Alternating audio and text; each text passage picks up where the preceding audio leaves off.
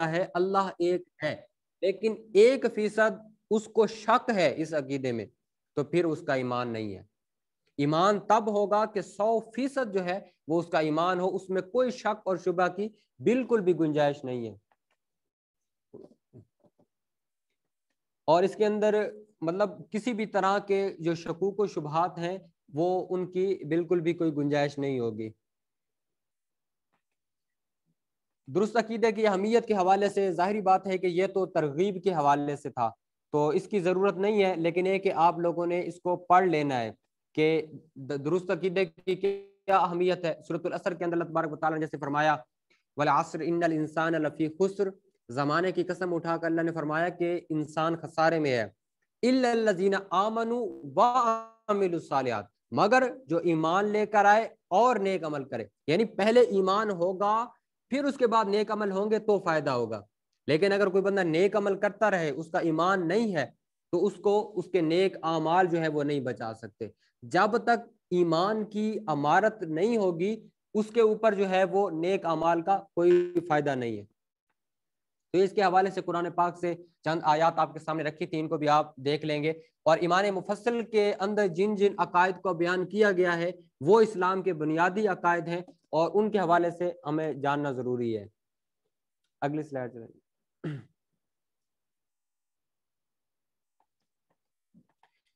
اس slide کے اندر ہم نے سب سے پہلے اللہ تبارک و تعالیٰ کی ذات کے حوالے سے جو عقائد ہیں ان کو ہم نے جانا تھا۔ اللہ تبارک و تعالیٰ کی ذات کے حوالے سے جتنے بھی عقائد ہیں وہ دلائل کے ساتھ ہم نے اس کو لکھا تھا یہاں پر۔ جیسے اللہ تعالیٰ ایک ہے، اس پر کیا دلیل ہے؟ اللہ نے فرمایا قل هو اللہ احد۔ اسی طرح اللہ کا کوئی شریک نہیں ہے، نہ ذات میں، نہ صفات میں، نہ فعال میں، نہ اسماء میں، اور اس کے لیے جو دلائل ہیں وہ بھی نیچے موجود ہیں۔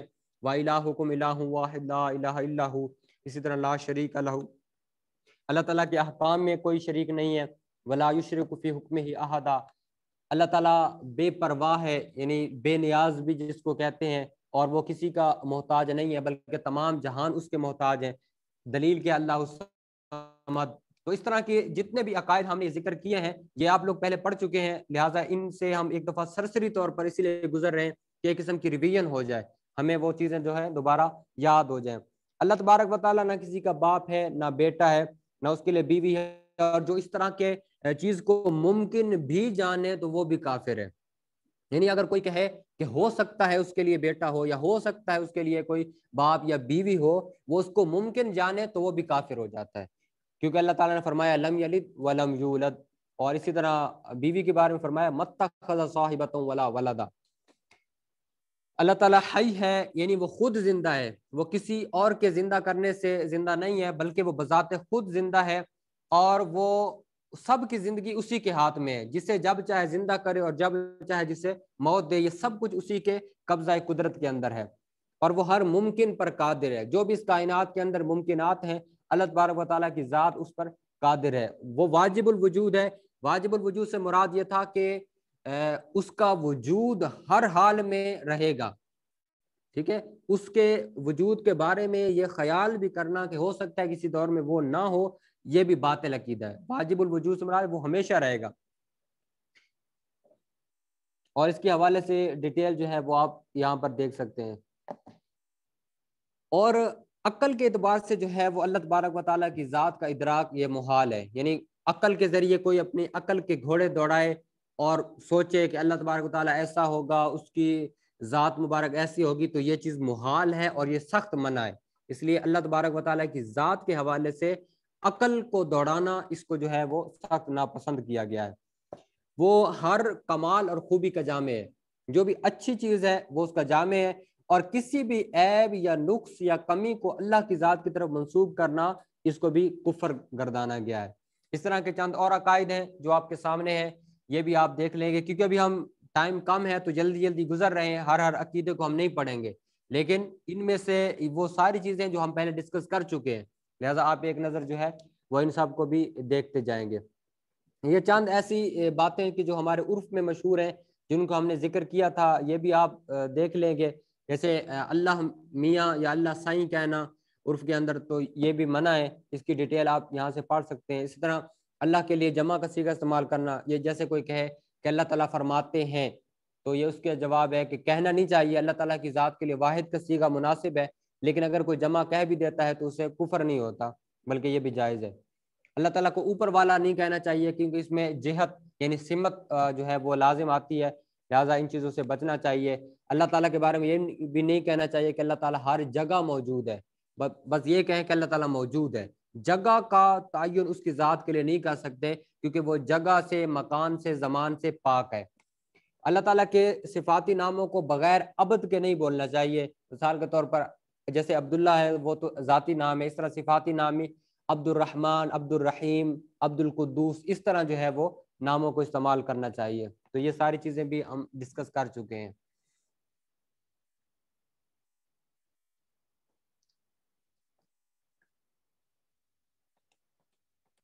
اس کے بعد انبیاء کرام کے بارے میں عقائد یہ ہم نے اس میں پڑھے تھے، تو یہ بھی آپ دیکھ لیں کہ نبی کریم علیہ السلام اور دیگر جتنے بھی انبیاء ہیں ان کے بارے میں چند عقائد ہم نے اس میں پڑھے تھے کہ اللہ تعالیٰ پر نبی کا بھیجنا واجب نہیں ہے، ٹھیک ہے، اس نے اپنے فضل و کرم سے لوگوں کی ہدایت کے لیے انبیاء کرام بھیجے ہیں، لیکن اگر وہ نہ بھی بھیجتا تو کوئی یہ نہیں کہہ سکتا تھا کہ اللہ تبارک و تعالیٰ پر واجب تھا اور اس نے نہیں بھیجا۔ نبی اس بشر کو کہتے ہیں جسے اللہ تعالیٰ نے ہدایت کے لیے وحی بھیجی ہو۔ تو اس طرح کے چیزیں آپ ذہن میں رکھیں۔ مثال کے طور پر اس طرح کے سوالات پوچھے جا سکتے ہیں کہ کیا نبی غیر بشر بھی ہو سکتا ہے یا نہیں، تو اس طرح کی چیزیں جو ہے وہ آپ ذہن میں رکھیں۔ ان تمام چیزوں کو ایک دفعہ آپ گزر جائیں گے تو آپ کے ذہن میں ہوگا۔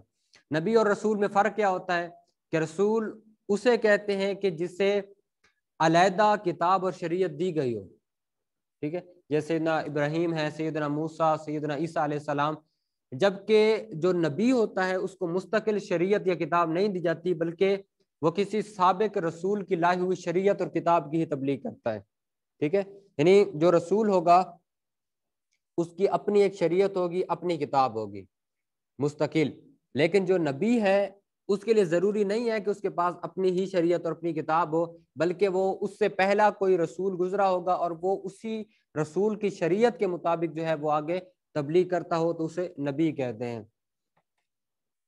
انبیاء سب بشر تھے اور مرد، نہ کوئی جن نبی ہوا ہے اور نہ ہی کبھی کوئی عورت جو ہے وہ نبی ہوئی ہے۔ کتابوں کے حوالے سے جو عقائد ہیں وہ یہ تو بڑے مشہور عقائد ہیں، یہ بھی آپ دیکھ لیں کہ تورات حضرت موسیٰ پر، زبور حضرت داؤد پر، انجیل حضرت عیسیٰ اور قرآن پاک رسول اللہ صلی اللہ علیہ وسلم پر جو ہے وہ نازل ہوئی۔ لیکن اس میں ایک چیز آپ نے یہ سمجھنا ہے کہ یہ جو کہا جاتا ہے کہ قرآن پاک ان سب سے افضل ہے، تو اب دیکھیں تورات بھی اللہ کی کتاب ہے، زبور بھی، انجیل بھی، قرآن بھی، تو افضل سے مراد کیا ہے؟ بھی سب کو تو بھیجا اللہ نے، تو افضل سے مراد یہاں پر آپ نے ذہن میں یہ رکھنا ہے کہ قرآن کی تلاوت کا ثواب زیادہ ہے، یعنی اس کو پڑھنے میں، اس پر عمل کرنے میں ثواب زیادہ ہے، کیونکہ وہ ابھی تک جو ہے اس کی شریعت قائم ہے، اس حوالے سے جو ہے اس کو افضل کہا جاتا ہے۔ ٹھیک ہے، یہ بھی اس کے حوالے سے ڈیٹیل کے ساتھ چند عقائد ہیں، یہ بھی آپ پڑھ لیں گے، یعنی قرآن پاک کی حفاظت کے حوالے سے کہ قرآن پاک کی جو حفاظت ہے وہ اللہ تبارک و تعالیٰ نے خود فرمائی ہے اور وہ ہمیشہ اسی طرح رہے گی، اس میں کسی غلطی کی کوئی گنجائش نہیں۔ انبیاء کرام کے بارے میں یہ عقیدہ ہم نے پڑھا تھا کہ انبیاء کرام شرک و کفر اور ہر ایسے امر سے جو مخلوق کے لیے باعث نفرت ہو، اس سے اللہ تبارک و تعالیٰ نے ان کو پاک رکھا ہے، ٹھیک ہے، یعنی وہ کسی بھی ایسے غلط عقیدے کے اندر، غلط بات کے اندر کہ جو مخلوق کے نزدیک بری ہو، وہ کبھی بھی کسی نبی سے جو ہے وہ سرزد نہیں ہو سکتا۔ اس لیے انبیاء کرام جو ہے وہ جو صغیرہ گناہ ہے ان سے بھی وہ معصوم ہوتے ہیں، اور جو کبیرہ گناہ ہے ان سے تو بدرجہ اولا جو ہے وہ معصوم ہوتے ہیں۔ انبیاء کرام کے جسم کا برس و جزام وغیرہ جیسے امراض جن سے تنفر ہو، جن سے یعنی مخلوق میں نفرت پیدا ہو، ان سے اللہ تبارک و تعالیٰ نے ان کو پاک رکھا ہوا ہے۔ یہ ایک عقیدہ عموماً اہل تشیع سے ہمیں سامنے آتا ہے کہ وہ کہتے ہیں کہ جیسے رسول اللہ صلی اللہ علیہ وسلم پر بھی وہ ایک الزام لگاتے ہیں کہ انہوں نے تقیہ کیا تھا۔ تقیہ سے مراد یہ ہے کہ وہ کہتے ہیں کہ مصلحت کی وجہ سے یا خوف کی وجہ سے انہوں نے بعض احکام کو چھپا دیا تھا۔ تو کسی بھی نبی کے بارے میں، صرف رسول اللہ کی ذات کے حوالے سے نہیں بلکہ ہر نبی کے حوالے سے ایسا عقیدہ رکھنا کہ انہوں نے شریعت میں سے کچھ چھپا لیا تھا ڈر کے مارے، یہ بھی کفر ہے۔ ایسا کوئی عقیدہ رکھنا جو ہے وہ مناسب نہیں ہے، بلکہ اللہ کے جتنے بھی نبی آئے ہیں انہوں نے ہدایت کا حق ادا کیا ہے، اور جو بھی احکامات اللہ تبارک و تعالیٰ نے ان کو دیے تھے وہ انہوں نے مخلوق تک بدرجہ اولا جو ہے وہ ان کو پہنچایا ہے۔ اللہ تبارک و تعالیٰ نے انبیاء کو جو غیب پر اطلاع دی ہے اس کے حوالے سے بھی ہمارا یہ عقیدہ ہے کہ اللہ تبارک و تعالیٰ نے ان کو مطلع کیا ہے، لیکن فرق یہ ہے کہ عموماً معاشرے کے اندر جو شرک اس پر کہا جاتا ہے اس کی وجہ ایک مس انڈرسٹینڈنگ ہے۔ ادروائز اگر ہم اس چیز کو سمجھیں کہ جو اللہ تبارک و تعالیٰ کا علم ہے وہ ذاتی ہے، ٹھیک ہے، اس کے اندر اللہ کو کسی نے علم نہیں دیا، وہ اس کا اپنا ذاتی ہے، جبکہ انبیاء کرام کو جو علم ملا ہے وہ اللہ کی ذات کی طرف سے ملا ہے، وہ عطائی ہے، ٹھیک ہے، لہٰذا اس کے اندر بھی شرک کی کوئی گنجائش نہیں ہو سکتی۔ انبیاء کرام تمام مخلوق سے افضل ہیں، یعنی حتیٰ کہ جو فرشتے ہیں، جو دیگر جتنے بھی مخلوق ہیں، اللہ تبارک و تعالیٰ نے ان کو ان سے افضل بنایا ہے، اور ولی چاہے وہ کتنے ہی مقام و مرتبے پر کیوں نہ پہنچ جائے وہ کبھی بھی ایک نبی کے مقام تک نہیں پہنچ سکتا۔ اور انبیاء کرام اپنی قبروں میں جو ہے وہ اسی طرح زندہ ہے جیسے کہ اللہ تبارک و تعالیٰ نے ان کو زندگی عطا فرمائی ہے، اور اللہ تبارک و تعالیٰ نے ان کو جو زندگی عطا فرمائی، رسول اللہ صلی اللہ علیہ وسلم نے بھی اس کا ذکر فرمایا کہ ان نبی اللہ حی یرزق، ایک اور مقام پہ فرمایا کہ ان اللہ حرم علی الارض ان تاکل اجساد الانبیاء فنبی اللہ حی یرزق، کہ اللہ تعالیٰ نے زمین پر یہ حرام کر دیا ہے کہ وہ کسی نبی کے جسم کو کھائے، فحی یرزق، پس وہ زندہ ہے اور انہیں رزق دیا جاتا ہے۔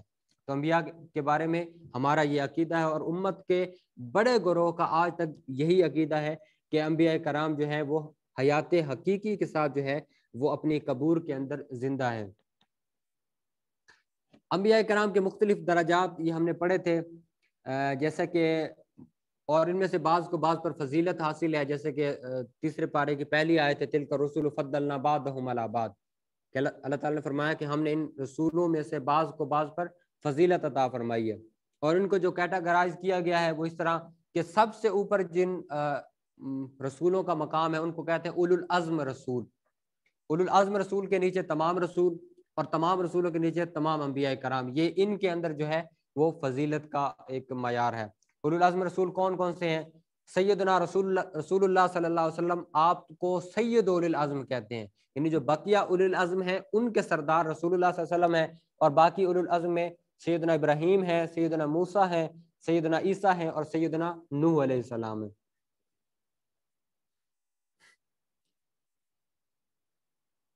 اور اس کے حوالے سے معجزے کے حوالے سے یہ عقیدہ ہے کہ نبی کے دعوی نبوت میں سچے ہونے کی ایک دلیل یہ ہے کہ نبی اپنی صداقت کا اعلانیہ دعویٰ فرما کر محال امور کے ظاہر کرنے کا ذمہ لیتا ہے، یعنی معجزہ اس کو کہتے ہیں کہ ایک چیز عقلاً محال ہے، اگر اس دنیا کے قوانین کے مطابق دیکھا جائے تو وہ محال ہے، لیکن نبی اس لیے اس کا دعویٰ کرتا ہے تاکہ اس محال چیز کو دیکھ کر لوگ اس کی نبوت کا اقرار کر لیں، اس کو معجزہ کہتے ہیں، ٹھیک ہے، جیسے مختلف ادوار میں مختلف انبیاء کو اللہ تبارک و تعالیٰ نے مختلف معجزے عطا فرمائے، تو وہ سارے جو ہے وہ اسی سلسلے کی کڑی، ان کی بھی وضاحت موجود ہے، یہ سب آپ جب ان کو پڑھیں گے تو آپ کو اس کی سمجھ آ جائے گی۔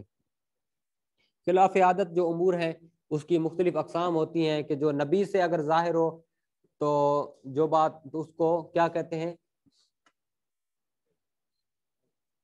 یعنی نبی کی پھر دو صورتیں ہوتی ہیں، ایک ہوتا ہے دعوی نبوت سے پہلے، بعثت سے پہلے اگر نبی سے کوئی ایسی بات ظاہر ہوتی ہے اس کو کہتے ہیں ارہاس، اور اگر دعوی نبوت کے بعد ظاہر ہو، بعثت کے بعد ہو، اس کو کہتے ہیں معجزہ، اور اگر ولی سے کوئی ایسی بات ظاہر ہو جو عقلاً محال ہے اس کو کرامت کہتے ہیں، اور عام مومن سے جب ایسی چیز ظاہر ہو اس کو معونت کہتے ہیں، اور اگر کسی کافر یا جو فاسق ہے اس کی طرف سے ایسی کوئی چیز ظاہر ہو تو اس کو استدراج کہتے ہیں۔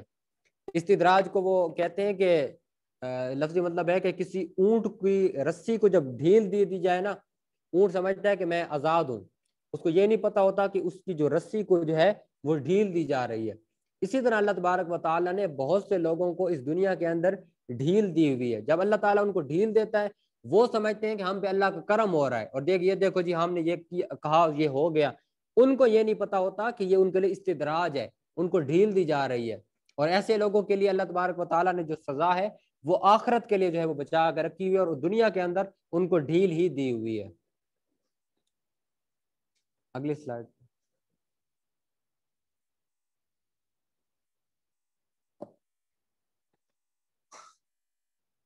نبی کریم علیہ السلام کی ذات کے حوالے سے خاص طور پر کچھ عقائد تھے جو ہم نے پڑھے تھے, کہ جن میں سے ایک ہے کہ حضور سے پہلے جتنے بھی انبیاء تھے وہ ایک خاص زمانے اور خاص علاقے کے لیے تھے, جبکہ نبی کریم علیہ السلام کے حوالے سے یہ عقیدہ ہے کہ آپ کسی خاص زمانے کے لیے بھی نہیں ہیں, کسی خاص جگہ کے لیے بھی نہیں, بلکہ آپ تمام زمانوں کے لیے اور تمام کائنات کے لیے نبی بنا کر بھیجے گئے ہیں.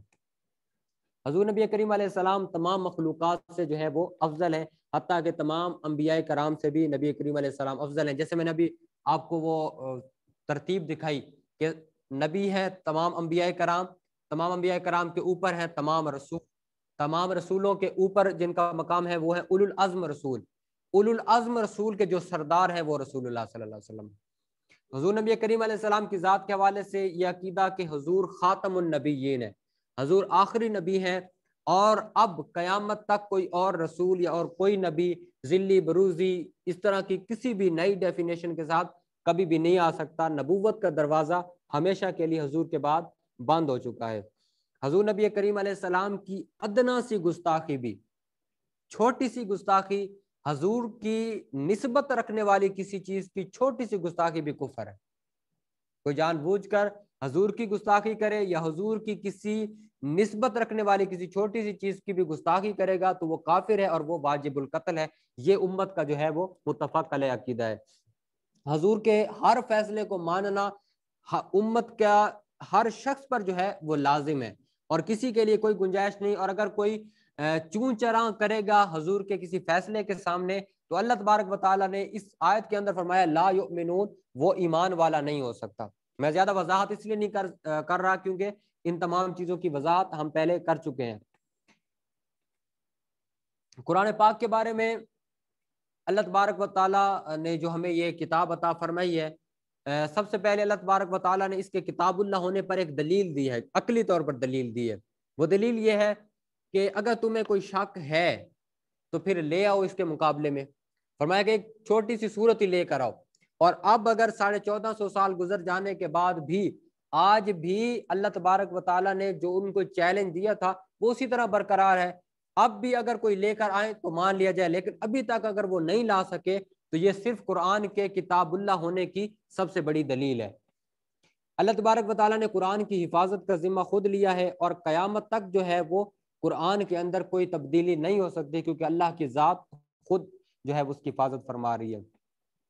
فرشتوں کے بارے میں جو ہمارے عقائد ہیں کہ فرشتے ایک اجسام نوری ہیں, اللہ تعالیٰ نے ان کو یہ طاقت دی ہے کہ جو شکل چاہیں بن جائے. کبھی وہ انسان کی شکل میں ظاہر ہوتے ہیں اور کبھی دوسری شکل میں. یہ نہ تو مرد ہوتے ہیں اور نہ ہی عورتیں. یہ ان کے حوالے سے ایک جو ہے وہ جامع ترین عقیدہ ہے کہ فرشتے کیا ہوتے ہیں. تو اسلامی تعلیمات سے جو ہمیں چیز ملتی ہے وہ یہ ہے فرشتوں کے بارے میں, وہ یہ چیز جو آپ ابھی ہم نے جس کو ذکر کیا. فرشتوں کے بارے میں یہ بھی عقیدہ ہے کہ فرشتے کبھی بھی نافرمانی نہیں کرتے. جو بھی اللہ تبارک و تعالیٰ کا حکم ہوتا ہے وہ اس پر جو ہے وہ منوان عمل کرتے ہیں, اور وہ کبھی بھی کسی بھی قسم کے گناہ کے مرتکب نہیں ہوتے. اور اس دور کے اندر بعض لوگ جو ہے وہ جہاں دیگر عقائد کا انہوں نے ستیہ ناش کرنے کی کوشش کی ہوئی ہے, انہوں نے فرشتوں کے حوالے سے بھی ایک عقیدہ جو ہے وہ لایا جاتا ہے کہ فرشتہ کوئی مخلوق نہیں ہے, اور فرشتے جو ہے یہ نیکی کی طاقت کو کہتے ہیں. تو اگر کوئی اس طرح کا عقیدہ رکھے گا تو گویا کہ وہ اسلام کے مسلمہ عقائد کا انکار کرے گا, وہ قرآن کی آیات کا انکار کرے گا, اور اس طرح کہنا بھی کفر ہے. کیوں؟ کیونکہ قرآن پاک کے اندر صراحتاً جو ہے وہ ملائکہ کے حوالے سے ہمیں عقیدہ رکھنے کا حکم دیا گیا ہے. اگر کوئی انکار کرتا ہے کہ فرشتہ کوئی نہیں ہے, یہ نیکی کی طاقت کو کہتے ہیں, تو یہ بھی کفر ہے. اور اس کے حوالے سے ایک اور چیز بھی سامنے آئی تھی کہ کسی بھی فرشتے کی چھوٹی سی گستاخی کرنا بھی کفر ہے, اور ہمارے معاشرے میں بعض اوقات کی جاتی ہے, اور خاص طور پر سیدنا اسرائیل علیہ السلام کے حوالے سے کہ جو جو فرشتوں میں سے مقرب ترین فرشتے ہیں ان میں سے ایک ہیں، اور ہمارے معاشرے میں سیدنا اسرائیل علیہ السلام کے حوالے سے یہ گستاخی کی جاتی ہے، اور بعض اوقات جو ہے وہ برے لوگوں کی طرف جو ہے وہ ان کے نام کو منسوب کیا جاتا ہے۔ تو لوگوں کو جان لینا چاہیے کہ سیدنا اسرائیل یا کسی بھی فرشتے کے حوالے سے گستاخی کرنا اسلام کے اندر یہ بھی کفر ہے۔ اللہ تبارک و تعالیٰ نے فرشتوں کی مختلف ذمہ داریاں لگائی ہوئی ہیں، تو یہ ساری سلائڈ جو ہے جب آپ پڑھیں گے تو آپ کو ڈیٹیل کے ساتھ اس کا بھی علم ہو جائے گا، اور اس میں ریفرنس کے طور پر میں نے بہار شریعت کا یہ حوالہ دیا تھا آپ کو۔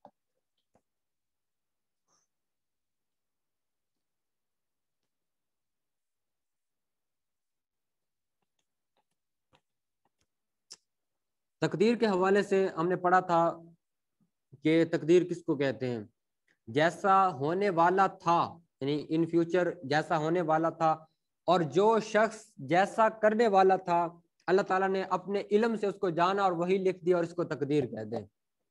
یعنی تقدیر کے اندر اللہ نے ہمیں مجبور نہیں کیا ہوا، بلکہ اللہ نے اپنے علم ازلی سے یہ جانا کہ فلاں شخص ایسا کرے گا، تو اللہ تعالیٰ نے اس کے مطابق لکھ دیا، لیکن اس کے باوجود اس نے ہمیں مجبور نہیں کیا ہوا، بلکہ اس کا علم ہے، تو اسی کو جو ہے وہ تقدیر کہتے ہیں۔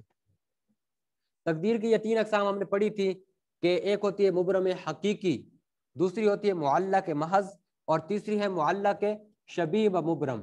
ان تینوں کی تعریفات یہ ہیں کہ مبرم حقیقی وہ تقدیر ہے کہ یہ تقدیر علم الہی میں کسی شے پہ معلق نہیں ہوتی، یعنی یہ کنڈیشنل نہیں ہوتی، اس کے بارے میں یہ نہیں کہا جا سکتا کہ ایسا ہوگا تو ایسا ہوگا، بلکہ یہ ہر حال میں ہوگا ہی ہوگا، ٹھیک ہے؟ تو اس کو کہتے ہیں مبرم، جو ہر حال میں واقع ہونے والی ہے اور اس کے اندر تبدیلی کی کوئی گنجائش نہیں ہے۔ دوسری ہے معلق محض، جو کسی چیز پر معلق ہوتی ہے، یعنی جو اللہ تبارک و تعالیٰ نے جو ملائکہ کو صحیفے دیے ہوئے ان کے اندر وہ معلق ہے۔ مثال کے طور پر اس کے اندر ایک تقدیر ہے کہ اگر فلاں شخص بائک پر جائے گا اور زیادہ تیزی کے ساتھ چلائے گا اور احتیاط نہیں کرے گا، رولز پہ عمل نہیں کرے گا، تو اس کا ایکسیڈنٹ ہو جائے گا، اور اگر یہ ان احتیاطات پر عمل کرے گا تو اس کا ایکسیڈنٹ نہیں ہوگا۔ اس کو کہتے ہیں تقدیر معلق، ٹھیک ہے؟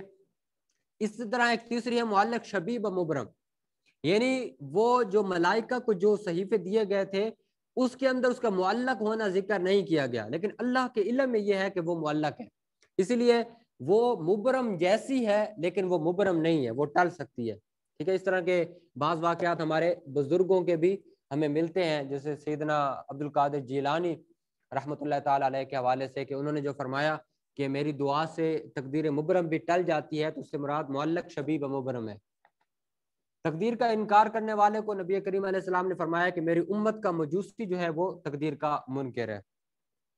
ایمان اور کفر کے حوالے سے ہم نے یہ باتیں پڑھی تھی، یہ ایمان کی ڈیفینیشن اس کو ہم پہلے بھی پڑھ چکے ہیں کہ ایمان اسے کہتے ہیں کہ سچے دل سے ان سب باتوں کی تصدیق کرے جو ضروریات دین میں سے ہے، اور کسی ایک ضرورت دینی کے انکار کو کفر کہتے ہیں، اگرچہ باقی تمام ضروریات کی تصدیق کرتا ہو۔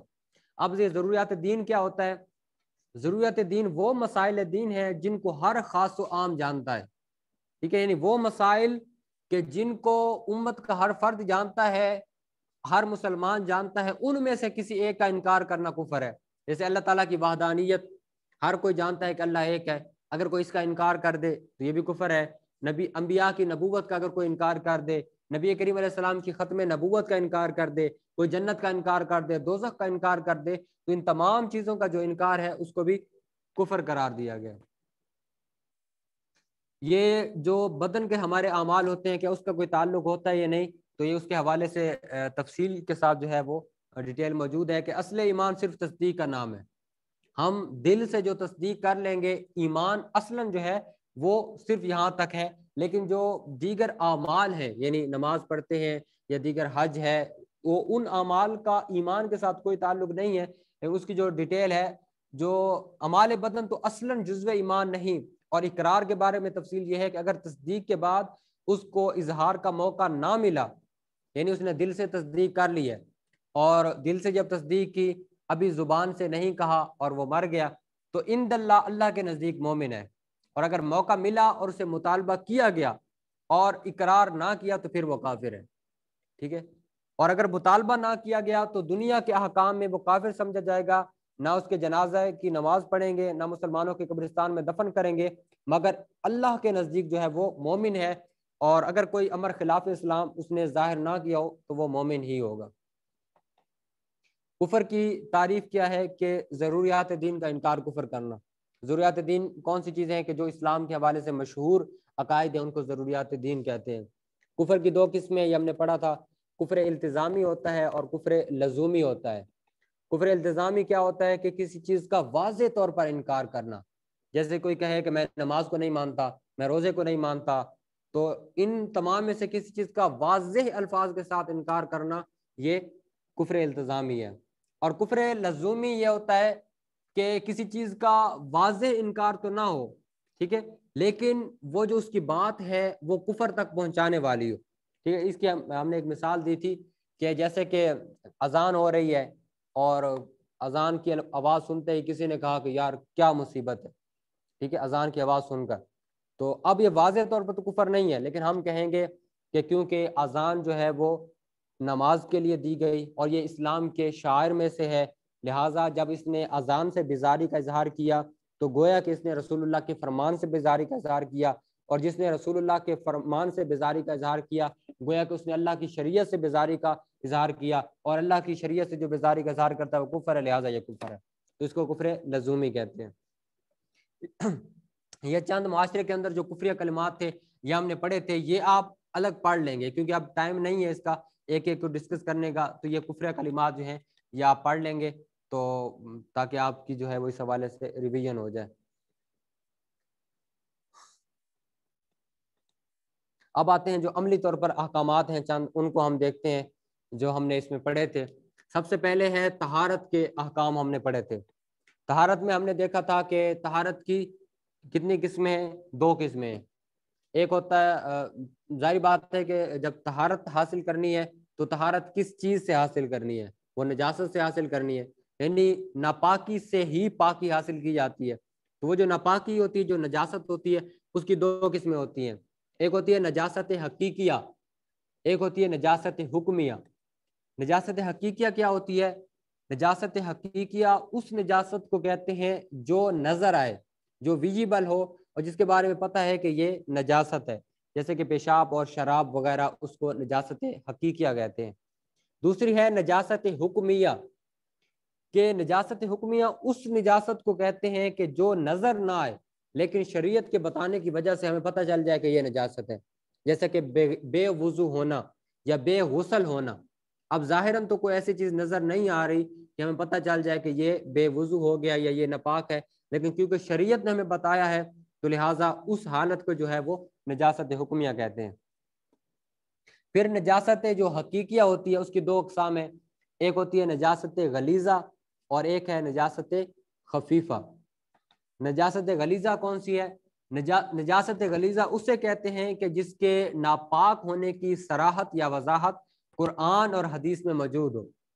قرآن اور حدیث نے جس چیز کو واضح لفظوں میں ناپاک قرار دیا ہے وہ نجاست غلیظہ ہے، اور اس کی ناپاکی کے اندر بھی کسی قسم کا کوئی شک نہیں ہوتا، اور ایسی نجاست کو جو حکم ہوتا ہے وہ سخت ہوتا ہے۔ اس کے اندر کون کون سی چیزیں ہیں یہ آپ پڑھ چکے ہیں، اس کو ہم ایک نظر پھر دیکھ سکتے ہیں کہ ہر وہ چیز جو انسان کے بدن سے نکلے اور وہ وضو یا غسل کو واجب کرے تو اس کو نجاست غلیظہ کے اندر شامل کیا گیا۔ جو دکھتی ہوئی آنکھ کا پانی ہوتا ہے وہ بھی نجاست غلیظہ ہے۔ عام طور پر جو آنسو وغیرہ نکلتے ہیں وہ ناپاک نہیں ہوتے، وہ پاک ہوتے ہیں، لیکن جو دکھتی ہوئی آنکھ جس کو اشوب چشم بھی کہتے ہیں، اگر اس دکھتی ہوئی آنکھ سے جو پانی نکلے تو وہ ناپاک ہوتا ہے۔ خشکی کے ہر جانور کا جو بہتا ہوا خون ہے وہ بھی نجاست غلیظہ میں شامل ہے۔ اسی طرح جو مردار کا گوشت ہے وہ بھی نجاست غلیظہ میں شامل ہے۔ حرام چوپائے کا جو پیشاب و پاخانہ ہے وہ بھی نجاست غلیظہ ہے۔ حلال جانوروں کا جو گوبر ہے وہ نجاست غلیظہ میں شامل ہے۔ انسان اور جانوروں کا جو بہتا ہوا خون ہے وہ بھی نجاست غلیظہ کے اندر شامل ہے۔ کوئی سوئی وغیرہ لگنے سے تھوڑا سا خون نکلا ہے جسم سے، لیکن وہ اپنی جگہ سے اس خون نے سرایت نہیں کیا، تو پھر وہ ناپاک نہیں ہوا، لیکن اگر اس نے سرایت کی ہے، اس نے بہنا شروع کر دیا ہے، تو پھر وہ ناپاک ہے۔ اس طرح مرغی اور مرغابی اور بطخ کی جو بیٹ وغیرہ ہے وہ بھی نجاست غلیظہ میں شامل ہے۔ اور نجاست غلیظہ کا حکم کیا ہے؟ اس کا حکم یہ ہے کہ اگر ایک درہم، یعنی ایک درہم ہم نے پڑھا تھا کہ جو ہتھیلی کو اس طرح پھیلائیں اور اس پر پانی ڈالتے جائیں تو جتنی مقدار پانی ٹھہرتا ہے اس کو کہتے ہیں ایک درہم کی مقدار۔ ایک درہم کی مقدار سے اگر زیادہ یہ جو نجاست غلیظہ جن کو ہم نے ذکر کیا ہے، ان میں سے کوئی اگر لگ جائے جسم پر، کپڑے پر، تو اس کا پاک کرنا فرض ہے۔ پاک کیے بغیر اگر نماز ادا کی تو نماز نہیں ہوگی۔ اور اگر اتنا لگا ہے یعنی ایک درہم کے برابر تو اس کا پاک کرنا واجب ہے، ٹھیک ہے۔ اگر پاک کیے بغیر نماز پڑھ لیں گے تو نماز مکروہ تحریمی ہوگی اور اس کو لوٹانا جو ہے وہ واجب ہوگا۔ اور تیسرے نمبر پر ایک اگر اس سے کم لگی ہو تو بہتر ہے کہ اس کو پاک کر لے، لیکن اگر اسی حالت میں نماز پڑھ لی تو نماز ہو جائے گی، لیکن وہ خلاف سنت ہوگی۔ جو دودھ پیتے بچے کے پیشاب کے بارے میں ہم نے اس لیے پڑھا تھا کہ عموماً معاشرے کے اندر یہ ہوتا ہے کہ شاید اس کا پیشاب جو ہے وہ اس سے کوئی حرج نہیں ہوتا، تو اس چیز کو ہم نے بتایا تھا کہ دودھ پیتا ہے بچے کے پیشاب کا بھی وہی حکم ہے جو بڑے کے پیشاب کا حکم ہو سکتا ہے، اور وہ بھی نجاست غلیظہ ہے، اور اس کے اندر بھی کوئی مطلب اس طرح کی ریلیکسیشن ہے ہی نہیں جو ہمارے معاشرے کے اندر سمجھی جاتی ہے، بلکہ اگر بچہ کسی کپڑے پر پیشاب کر دے گا تو اس کو بھی اسی طرح پاک کرنا ہوگا جیسے کوئی بھی کسی بھی بڑے کے جو نجاست ہے اس کا حکم ہو سکتا ہے۔ نجاست خفیفہ، نجاست خفیفہ کا لفظی مطلب ہے ہلکی نجاست، اور یہ کون سی ہوتی ہے کہ جس کا نجس ہونا یقینی نہ ہو، یعنی قرآن اور حدیث سے جو ہے وہ واضح لفظوں میں ہمیں اس کی نجس ہونے کا علم نہ ہوا ہو، اس کو نجاست خفیفہ کہتے ہیں۔ یعنی اس کے بارے میں یہ ہے کہ کسی دلیل سے اس کا نجس ہونا اور کسی دلیل سے نجس نہ ہونا ملے تو اس میں جو ہے وہ ایک شک پیدا ہو جاتا ہے، اس وجہ سے اس کو جو ہے وہ نجاست خفیفہ قرار دیا گیا ہے۔ نجاست خفیفہ میں حلال جانوروں اور اس میں پھر گھوڑا بھی ہے، گائے بکری وغیرہ کا جو پیشاب ہے وہ نجاست خفیفہ میں شامل ہے۔ جن پرندوں کا گوشت حرام ہے ان کی بیٹ یہ نجاست خفیفہ ہے اور اس کے اندر شامل ہے۔ اور اس کا حکم یہ ہے کہ کپڑے کے جس حصے پر یہ نجاست خفیفہ لگ جائے اگر اس کے چوتھائی سے کم پہ لگی ہے تو پھر معاف ہے، لیکن اگر چوتھائی یا اس سے زیادہ پر لگی ہے تو پھر جب تک اس کو پاک نہیں کریں گے آپ اس میں نماز نہیں پڑھ سکتے۔ مثال کے طور پر کپڑے کا یہ حصہ، یہ ایک آستین ہے، اب اس آستین کے اگر 4 حصے کیے جائیں تو چوتھا حصے سے اگر کم پہ لگی ہوئی ہے تو پھر اس میں نماز پڑھی جا سکتی ہے، لیکن بہتر یہ ہے کہ دھو لیا جائے۔ اگر دھوئے بغیر پڑھ بھی لی تو نماز ہو جائے گی، لیکن اگر چوتھا حصہ یا اس سے زیادہ میں نجاست لگی ہوئی ہے تو پھر جب تک اس کو پاک نہیں کریں گے آپ اس پہ نماز نہیں پڑھ سکتے۔ کپڑا پاک کرنے کا جو طریقہ ہے یہ ہم نے پڑھا تھا کہ 3 مرتبہ اس کو دھوئیں گے اور ہر مرتبہ جو ہے وہ اچھے طریقے سے نچوڑیں گے تو کپڑا جو ہے وہ جب تیسری مرتبہ اچھے طریقے سے نچوڑیں گے تو وہ پاک ہو جائے گا۔ یہ ڈیٹیل کے ساتھ لکھا ہوا ہے، اس کو بھی آپ دوبارہ جو ہے وہ ریوائز کر لیں۔ اور دوسرا طریقہ یہ تھا کہ ایک بالٹی لیں، اوپر سے جو ہے وہ نل جو ہے وہ کھول دیں، پانی جب اس میں سے اور کپڑا جو ہے وہ بالٹی کے اندر ہو تو جب وہ کپڑا اس کے اندر ہو اور اوپر سے پانی بہنا شروع کر دے گا، باہر نکلنا شروع کر دے گا تو اس سے کپڑا پاک ہو جائے گا، بشرطے کہ نجاست کا جو اثر ہے وہ بھی زائل ہو چکا ہو۔ ناپاک خون کے حوالے سے یہ ہم نے پڑھا تھا کہ جو عورتوں کے مسائل ہیں اس میں 3 قسم کے یہ خون ہیں جن کے بارے میں ہم نے ڈیٹیل کے ساتھ پڑھا ہے کہ ایک خون جس کو حیض کہتے ہیں، دوسرا نفاس ہوتا ہے اور تیسرا استحاضہ۔ جو بالغہ عورت کو جو خون عادی طور پر آتا ہے اس کو حیض کہتے ہیں، جو مہینے میں ایک دفعہ عورتوں کو، بالغ عورت کو خون آتا ہے اس کو حیض کہتے ہیں، اور اگر وہ عادتاً نہیں ہے کسی بیماری کی وجہ سے ہے تو اس کو استحاضہ کہتے ہیں، اور جو بچے کی پیدائش کے بعد خون آتا ہے اس کو نفاس کہتے ہیں۔ اور جو حیض کی مدت ہے کم از کم مدت جو ہے وہ 3 دن اور 3 راتیں ہیں، اور زیادہ سے زیادہ جو مدت ہے وہ 10 دن اور 10 راتیں ہیں۔ یعنی اگر 3 دن سے کم خون آیا اور ختم ہو گیا تو پھر وہ حیض کا خون نہیں ہوگا اور اس صورت میں عورت پر نمازیں معاف نہیں ہوں گی، اور اگر 10 دن سے زیادہ ہے تو پھر 10 دن کے اوپر چاہے خون چلتا رہے گا وہ نمازیں پڑھیں گی۔ نفاس کی جو کم از کم مدت کوئی مقرر بھی نہیں کی گئی، لیکن زیادہ سے زیادہ مدت جو ہے وہ اس کی 40 دن رات ہے، اور اس عرصے میں بھی عورت پر جو ہے وہ نمازیں معاف ہیں۔ حیض و نفاس والی جو عورت ہوتی ہے اس پر کون سے کام کرنا منع ہے؟ ایک تو وہ نماز نہیں پڑھ سکتی، وہ روزہ نہیں رکھ سکتی، وہ قرآن پاک نہیں پڑھ سکتی، وہ قرآن پاک کو چھو نہیں سکتی، وہ مسجد میں نہیں داخل ہو سکتی، وہ طواف نہیں کر سکتی، اور وہ میاں بیوی ہم بستری بھی نہیں کر سکتے۔ اب حیض و نفاس کی حالت میں جو نماز اور روزہ رہ جائے اس کا کیا حکم ہے؟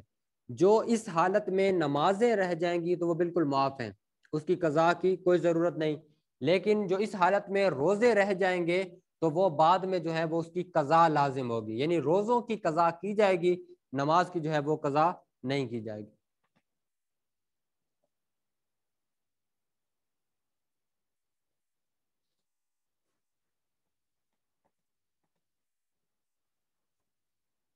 اب آتے ہیں نجاست حکمیہ کے حوالے سے جو ہم نے پڑھا تھا۔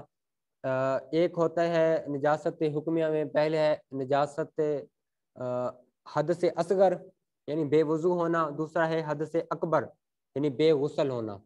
یہ دونوں جو ہے وہ ہم نے اس کے اندر پڑھے تھے، اور آج ہم اس کے حوالے سے بھی جو احکامات ہیں اس کو دیکھیں گے ہم۔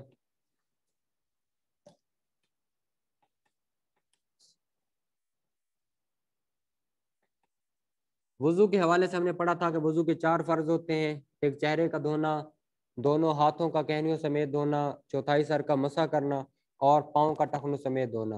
اور کسی عضو کو دھونے سے مراد یہ نہیں ہوتا کہ صرف پانی کو جو ہے وہ مال لیا جائے، بلکہ 2 بوند بہنا جو ہے وہ اس میں ضروری ہوتا ہے۔ ان تمام چیزوں کو ہم نے ڈسکس کیا تھا، اور یہ وضو کی سنتیں ہیں، جس میں سب سے پہلے اس کو ایک مرتبہ ہم دیکھ لیتے ہیں۔ وضو کی نیت کرنا اور بسم اللہ پڑھ کر وضو شروع کرنا، 3 بار دونوں ہاتھوں کا دھونا، مسواک کرنا، اور اگر مسواک نہ ہو تو انگلی سے جو ہے وہ اپنے دانتوں کو صاف کرنا، پھر اس کے بعد 3 بار کلی کرنا، 3 بار ناک میں پانی ڈالنا، ہاتھوں اور پاؤں کو دھوتے وقت انگلیوں کا خلال کرنا، ہر عضو کو 3 بار دھونا، 1 بار پورے سر کا اور کانوں کا مسح کرنا، وضو میں ترتیب کو قائم رکھنا، وضو کے بعد کی دعا پڑھنا، یہ وضو کی جو ہے وہ سنتے ہیں۔ کون سی چیزیں ہیں کہ جن سے وضو ٹوٹ جاتا ہے، یہ ہم نے پہلے پڑھا ہے اس کو، اس لیے میں صرف اس کو جلدی جو ہے وہ اس سے گزر رہے ہیں، کیونکہ ان چیزوں کو ہم ایک دفعہ پڑھ چکے ہیں۔ سب سے پہلے کہ شرمگاہ سے کسی بھی چیز کا نکلنے سے وضو ٹوٹ جاتا ہے۔ جسم کے اندر کسی جگہ سے خون یا پیپ کا نکل کر اپنی جگہ سے بہہ جانا، اس سے بھی وضو ٹوٹ جاتا ہے، یعنی جب تک خون بہے گا نہیں تو تب تک وضو نہیں ٹوٹے گا، لیکن جب خون جسم کے کسی بھی حصے سے نکل کر بہنا شروع کر دے تو پھر اس سے جو ہے وہ وضو ٹوٹ جاتا ہے۔ ٹیک لگا کر جو سوتا ہے اس سے بھی وضو ٹوٹ جائے گا، اور اس کے بعد منہ بھر کر کہہ آئے اس سے بھی وضو ٹوٹ جاتا ہے۔ کسی بالغ شخص کا نماز جنازہ کے علاوہ جتنی بھی نمازیں ہیں اس میں کہہ کہا لگا کر ہنسنا، اس سے بھی وضو ٹوٹ جاتا ہے۔ بے ہوشی سے بھی وضو ٹوٹ جاتا ہے، اور جو میاں بیوی کا تعلق ہوتا ہے اس سے بھی وضو ٹوٹ جاتا ہے۔ پھر غسل کے اندر، غسل میں 3 فرض ہیں، پہلا کلی کرنا، دوسرا ناک میں پانی ڈالنا، اور تیسرا تمام ظاہر بدن یعنی سر سے پاؤں تک ہر حصے پر جو ہے وہ پانی بہانا جو ہے یہ وضو کے اندر غسل کے اندر جو ہے وہ فرض ہے۔ غسل کی سنتیں ہم نے پڑھی تھی، اس کو ہم ایک دفعہ گزر جاتے ہیں یہاں سے بھی۔ سب سے پہلے یہ کہ مسنون طریقہ یہ کہ سب سے پہلے نیت کریں، اس کے بعد غسل کی ابتدا بسم اللہ سے کریں، دونوں ہاتھوں کو کلائیوں تک دھونا، اس کے بعد استنجا کرے خواہ نجاست لگی ہو یا نہ لگی ہو۔ اس کے بعد اگلا مرحلہ یہ ہے کہ پھر وضو کرے گا جس طرح نماز کے لیے وضو کیا جاتا ہے، اور جہاں پر وہ غسل کر رہے ہیں اگر پانی ٹھہرتا نہیں ہے تو پھر اس صورت میں آخر میں جو پاؤں دھوتے ہیں وہ اگر تو پانی ٹھہرتا ہے پھر پاؤں نہیں دھونے، لیکن اگر وہ پانی نہیں ٹھہرتا تو پھر پاؤں بھی بے شک آپ پہلے دھو سکتے ہیں۔ اس کے بعد 3 بار سارے جسم پر پانی بہانا ہے، پانی بہانے کی ابتدا سر سے کرنی ہے، اس کے بعد دائیں کندھے کی طرف سے، پھر بائیں کندھے کی طرف سے پانی بہانا ہے، اور اس کے بعد پورے بدن پر جو ہے وہ پانی ڈالنا ہے، اور اگر وضو کرتے ہوئے پاؤں نہیں دھوئے تھے تو وہ آخر میں جو ہے وہ پاؤں دھو لینے ہیں۔ اس کے بعد اگلا مرحلہ ہے کہ غسل کب فرض ہوتا ہے۔ غسل کے فرض ہونے کی یہ جو صورتیں ہیں ہم نے آپ کے سامنے رکھی ہیں کہ منی شہوت کے ساتھ جب نکلتی ہے تو اس سے غسل فرض ہو جاتا ہے، شہوت کے ساتھ جب بھی منی نکلے گی تو اس سے غسل فرض ہو جائے گا، اور جب انسان سو کر اٹھتا ہے تو بعض اوقات کپڑوں پر کچھ نشانات ملتے ہیں، تو اس پر غسل کی چند صورتیں ہیں۔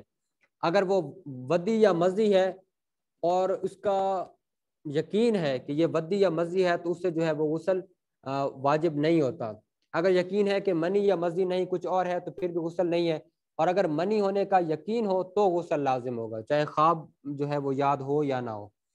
میاں بیوی کا جو تعلق ہے اس سے بھی غسل جو ہے وہ فرض ہوتا ہے، چاہے اس میں انزال ہو یا نہ ہو۔ اور اسی طرح حیض اور نفاس سے جب عورت فارغ ہوتی ہے تو اس پر بھی غسل فرض ہوتا ہے۔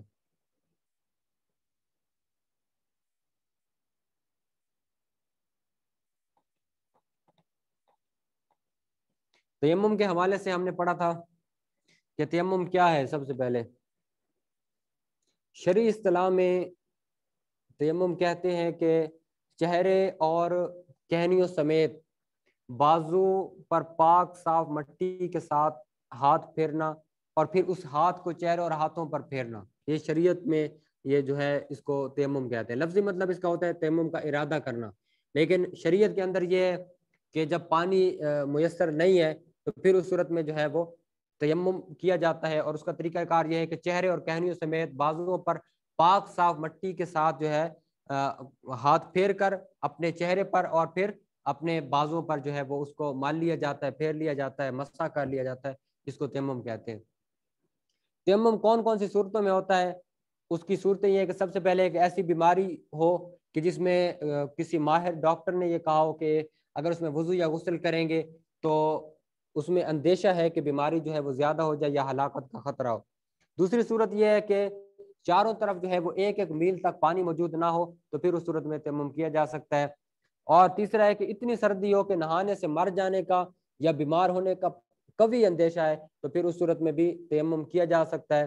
اور یا کوئی کسی ایسی جگہ پر ہے کہ دشمن کا خوف ہے، باہر جائیں گے وضو یا غسل کے لیے تو دشمن مار دے گا، ایسا یقین ہے تو پھر اس صورت میں بھی تیمم کیا جا سکتا ہے۔ اور آخر یہ ہے کہ پانی اتنا مہنگا ہے کہ جو وہاں کی قیمت ہے اس سے 2 گنا سے بھی زیادہ سے نہیں مل سکتا تو پھر اس صورت میں تیمم کیا جا سکتا ہے۔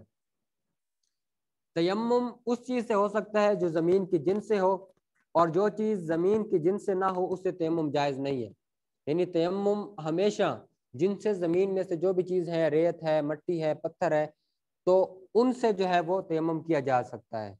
اور جن سے زمین سے کون سی چیز ہے اور کون سی نہیں ہے اس کو پہچاننے کا یہ طریقہ ہے کہ جو چیز آگ سے جل کر نہ راکھ ہوتی ہے، نہ پگھلتی ہے، نہ نرم ہوتی ہے، وہ زمین کی جنس سے ہے، اور اسے جو ہے وہ تیمم کیا جا سکتا ہے۔ تیمم کے 3 فرض ہوتے ہیں۔ سب سے پہلے ہے کہ نیت کرنا، نیت کریں گے ناپاکی دور ہونے کی اور نماز جائز ہونے کے لیے پاکی کی آپ جو ہے وہ نیت کریں گے، اور نیت جو ہے تیمم میں فرض ہے۔ دوسرا ہے سارے چہرے پر جو ہے وہ مسح کرنا، یعنی جو چیز چہرے کا جو حصہ وضو کے اندر دھونا فرض ہے، تیمم میں اسی حصے کا جو ہے وہ تیمم مسح کرنا جو ہے فرض ہے۔ دونوں ہاتھوں کا کہنیوں سمیت مسح کرنا اور ایک بال برابر بھی جگہ باقی نہ رہے، یہ بھی تیمم کے اندر فرض ہے۔ تیمم کا طریقہ کار یہ ہے کہ تیمم کی نیت سے دونوں ہاتھوں کی انگلیاں کشادہ کر کے کسی ایسی چیز پر جو زمین کی قسم سے ہو یا زمین کی جنس سے ہو اپنے ہاتھوں کو ماریں، اور اگر زیادہ لگ جائے تو اس کو جھاڑ لیں اور اس سے سارے چہرے کا جو ہے وہ مسح کریں، پھر اس سے دوسری مرتبہ ایسے ہی کریں اور اس سے دونوں ہاتھوں کا ناخن سے کہنی سمیت مسح کر لیں۔ یعنی یہ مسح کرنے کا جو ہے وہ آسان سا طریقہ ہے۔ اور لاسٹ ٹائم کیونکہ ہم نے اس کو انتہائی وضاحت کے ساتھ کیا تھا تو اس لیے آج میں صرف جو ہے اس کو پڑھ کے گزر رہا ہوں۔ اس کے بعد موزوں پر جو مسح کیا جاتا ہے اس کے حوالے سے یہ چند احکام ہے۔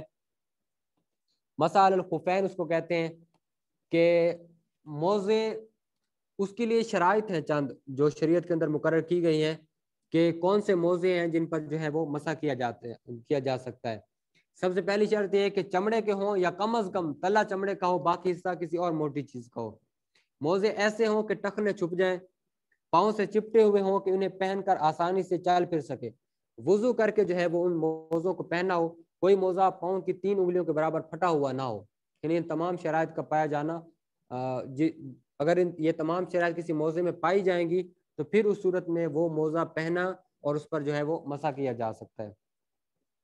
اس کا طریقہ کار یہ ہے مسح کرنے کا کہ دائیں پاؤں کا مسح دائیں ہاتھ کی 3 انگلیوں سے اور بائیں پاؤں کا مسح بائیں ہاتھ کی 3 انگلیوں سے کیا جائے گا، اور انگلیوں کو پاؤں کی پشت سے شروع کر کے پنڈلی تک جو ہے وہ کھینچا جائے گا، اور مسح کرتے وقت انگلیوں کا جو تر ہونا ہے وہ ضروری ہے۔ جو ہم موضوع پر مسح کرتے ہیں اس کی مدت ایک جو مقیم یعنی ایک شخص جو اپنے علاقے میں موجود ہے، مسافر نہیں ہے، اس کے لیے 1 دن اور 1 رات ہے۔ یعنی ایک شخص نے مسح کیا ہے موضوع پر، تو اب وہ اگلا 1 دن اور 1 رات تک اسی طریقے سے جو ہے وہ مسح کر سکتا ہے، دھونا ضروری نہیں ہے۔ اور مسافر کے لیے جو ہے وہ 3 دن اور 3 راتیں ہوتی ہیں کہ 3 دن اور 3 رات وہ جب اس نے موزہ پہن لیا ہے وضو کر کے تو پھر وہ اس کے اوپر مسح کر سکتا ہے، اس سے زیادہ جو ہے وہ نہیں کیا جا سکتا ہے۔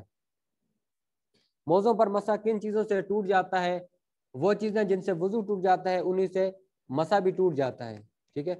مدت مسح پوری ہو جانے سے مسح ٹوٹ جاتا ہے، یعنی جیسے ہم نے ابھی پڑھا کہ مقیم کے لیے 1 دن اور 1 رات ہے، مسافر کے لیے 3 دن اور 3 راتیں ہیں، تو جب یہ مدت ختم ہو جاتی ہے اس سے بھی مسح جو ہے وہ ٹوٹ جاتا ہے۔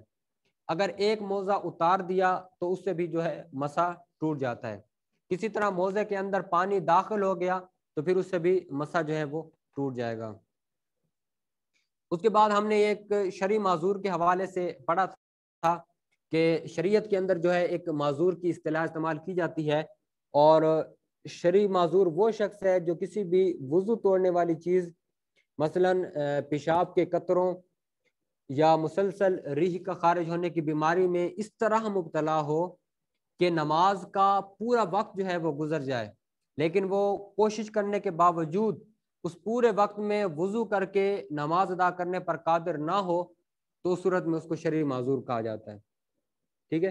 یعنی اس کے پاس اتنا وقت بھی نہیں ہے کہ مثال کے طور پر اگر ظہر کی نماز میں 3 گھنٹے ہیں تو اس کے پاس اتنا بھی وقت نہیں ہے کہ وہ وضو کر کے 15 منٹ یا جو بھی کم سے کم ٹائم ہوتا ہے اس میں آ کر فرض ادا کر سکے، اتنا بھی اس کو وقفہ نہیں ملتا، اور اس کا جو عذر ہے، بیماری ہے، وہ مسلسل چل رہی ہو، تو پھر اس صورت میں اس کو شرعی معذور کہا جاتا ہے۔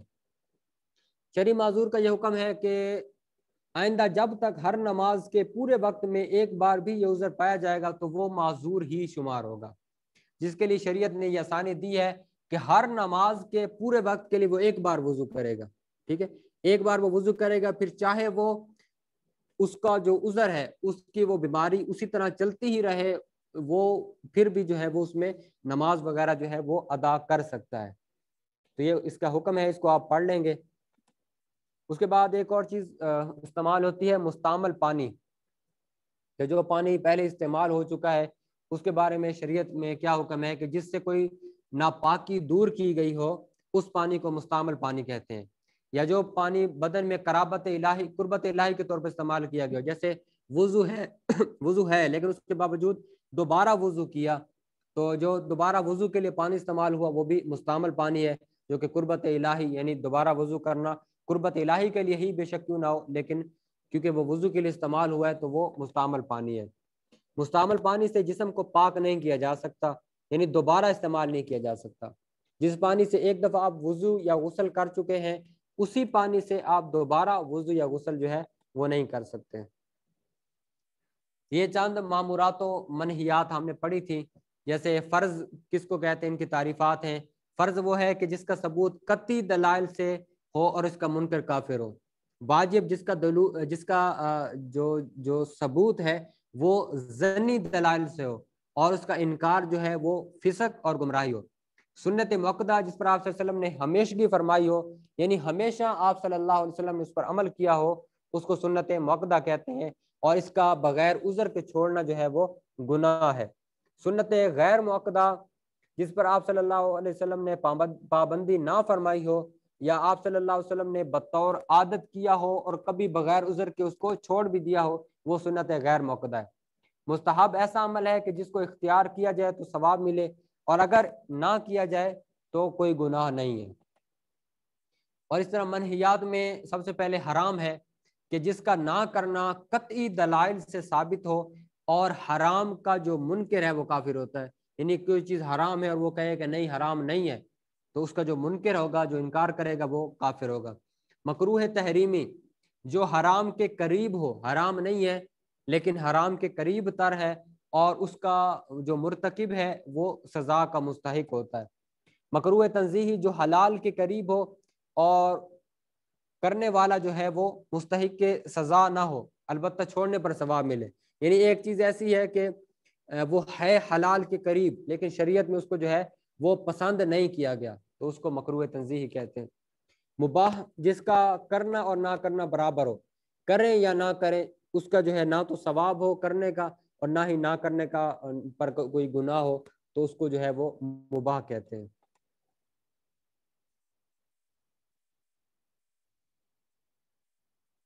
یہ نماز کے حوالے سے بس آخری اس کو دیکھتے ہیں تھوڑی سی چیزیں اور بس اس کو ختم کرتے ہیں۔ نماز کی شرائط یہ ہم نے پڑھی تھی۔ نماز میں یہ 6 شرطیں ہیں، طہارت ہے، ستر عورت، استقبال قبلہ یعنی چہرے کا جو ہے وہ قبلہ کی طرف ہونا، وقت کا پایا جانا، نیت کا ہونا کسی بھی نماز کے لیے، اور تکبیر تحریمہ۔ ان تمام کی ڈیٹیل موجود ہے، لیکن ہم پڑھ چکے ہیں تو اس لیے میں اس کی ڈیٹیل میں نہیں جا رہا۔ تو پھر طہارت میں آپ دیکھیں گے کہ طہارت میں کون کون سی چیزیں داخل ہیں، بدن کا پاک ہونا، کپڑوں کا پاک ہونا، جگہ کا پاک ہونا۔ اسی طرح ستر عورت سے مراد ہے کہ وہ بدن کے جس حصے کا ڈھانپنا ضروری ہے اس کا جو ہے وہ ڈھکا ہوا ہونا۔ مرد کے لیے ستر کیا ہے؟ ناف سے لے کر گھٹنے تک، اور عورت کے لیے کیا ہے؟ ہاتھوں، پاؤں اور چہرے کے علاوہ سارا بدن جو ہے وہ ستر ہے۔ استقبال قبلہ نماز میں داخل ہونے سے پہلے چہرے اور پورے جسم کا قبلہ رخ ہونا یہ بھی نماز کے میں شرط ہے۔ وقت کے اندر نماز کو ادا کرنا یہ بھی نماز کی شرائط میں سے ہے، اور یہ نمازوں کے اوقات جو ہے وہ ہم نے ان کو ذکر کیا تھا۔ 3 اوقات مکروہ ہوتے ہیں جن میں کوئی بھی سجدے والی عبادت نہیں کرنی چاہیے، وہ یہ ہے طلوع آفتاب سے لے کر کم از کم 20 منٹ بعد تک، غروب آفتاب سے کم از کم 20 منٹ پہلے تک، اور نصف النہار یعنی سورج جب بالکل جو ہے وہ آپ کے سر کے اوپر ہوتا ہے۔ نیت یہ بھی نماز کے اندر شرط ہے، اور یہ دل کے پکے ارادے کا نام ہے، اور اس میں زبان سے ادا کرنا جو ہے وہ ضروری نہیں ہوتا۔ اس میں تکبیر تحریمہ ہے، اس کو شرائط میں بھی بعض لوگوں نے شامل کیا ہے، یعنی جو ہم نماز میں داخل ہوتے وقت اللہ اکبر کہتے ہیں تو یہ اللہ اکبر ادا کرنا جو ہے وہ شرط ہے۔ نماز کے فرائض میں کون سی چیزیں شامل ہیں؟ یہ 7 فرائض ہیں۔ اس میں سب سے پہلے تکبیر تحریمہ یعنی اللہ اکبر کہنا، دوسرے نمبر پر قیام یعنی کھڑے ہو کر نماز پڑھنا، تیسرے نمبر پر ہے قراءت یعنی جو ہم قرآن پاک اس میں پڑھتے ہیں، اس کے بعد چوتھا فرض ہے رکوع کرنا، پانچواں فرض ہے سجدہ کرنا، چھٹا فرض ہے قعدہ اخیرہ یعنی آخر میں جس قعدے میں ہم بیٹھتے ہیں وہ بھی فرض ہے، اور ساتواں ہے خروج بسنہ ہی یعنی جس طریقے سے نماز سے نکلنے کا ہمیں حکم دیا گیا ہے اسی طریقے کے مطابق نماز سے نکلنا، یہ اس کے اندر جو ہے وہ فرض ہے۔ میرے خیال میں ریویژن اور امتحان کے لیے اتنا کافی ہے، یعنی جتنا ابھی ہم نے ریوائز کیا ہے یہ کافی ہے کہ اس کو ہم جو ہے وہ مطلب اتنا اسی پر ہی اکتفا کرتے ہیں، اور اسی میں سے ہی چند MCQs جو ہے وہ آپ کے سامنے رکھیں گے، اور جو چیزیں آپ نے پڑھی ہیں یعنی اگر آپ نے توجہ سے سنا ہے یا آپ نے سلائڈز دیکھی ہیں تو اس میں کوئی ایسی چیز جو ہے وہ مشکل نہیں ہوگی، اور ہم MCQs کی صورت میں جو ہے وہ آپ کے سامنے وہ چیز رکھیں گے تاکہ ہم سارے جو ہیں وہ اپنے آپ کو پرکھ سکیں کہ اگر ہم اتنا وقت دے رہے ہیں تو اس کا ہمیں جو ہے وہ کوئی فائدہ بھی ہوا ہے یا نہیں۔ تو انشاءاللہ اگلے ہفتے یعنی یہ جو آپ نیکسٹ ویکنڈ آئے گا اس میں آپ کا ان 4 سبجیکٹ کا جو ہے وہ امتحان ہوگا۔ سب سے پہلے تفسیر ہے، حدیث ہے، فقہ ہے اور عربی گرامر، ان 4 کا جو ہے وہ امتحان ہوگا۔ تو 2 کا ہوگا ہفتے والے دن اور 2 کا ہوگا اتوار والے دن، وہ انشاءاللہ ہم گروپ میں جو ہے وہ آپ کو بتا دیں گے دونوں گروپس کے اندر کہ ہفتے کو کون کون سے سبجیکٹ کا ہوگا اور اتوار کو کون کون سے سبجیکٹ کا ہوگا۔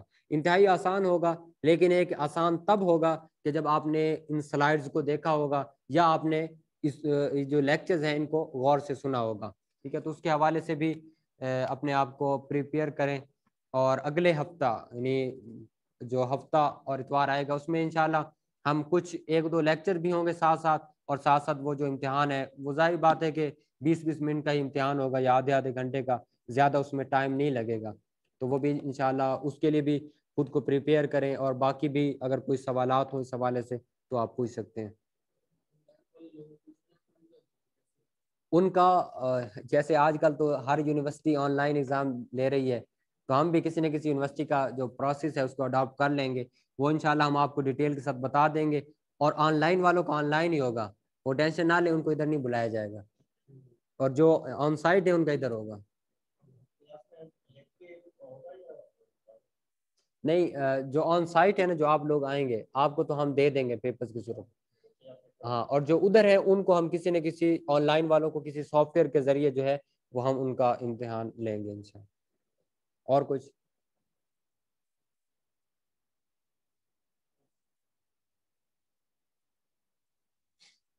ابھی انشاءاللہ 15 منٹ کی بریک ہوگی، اور اس کے بعد انشاءاللہ آپ کے تجوید کا پیریڈ ہوگا. قاری صاحب آپ کو تجوید پڑھائیں گے.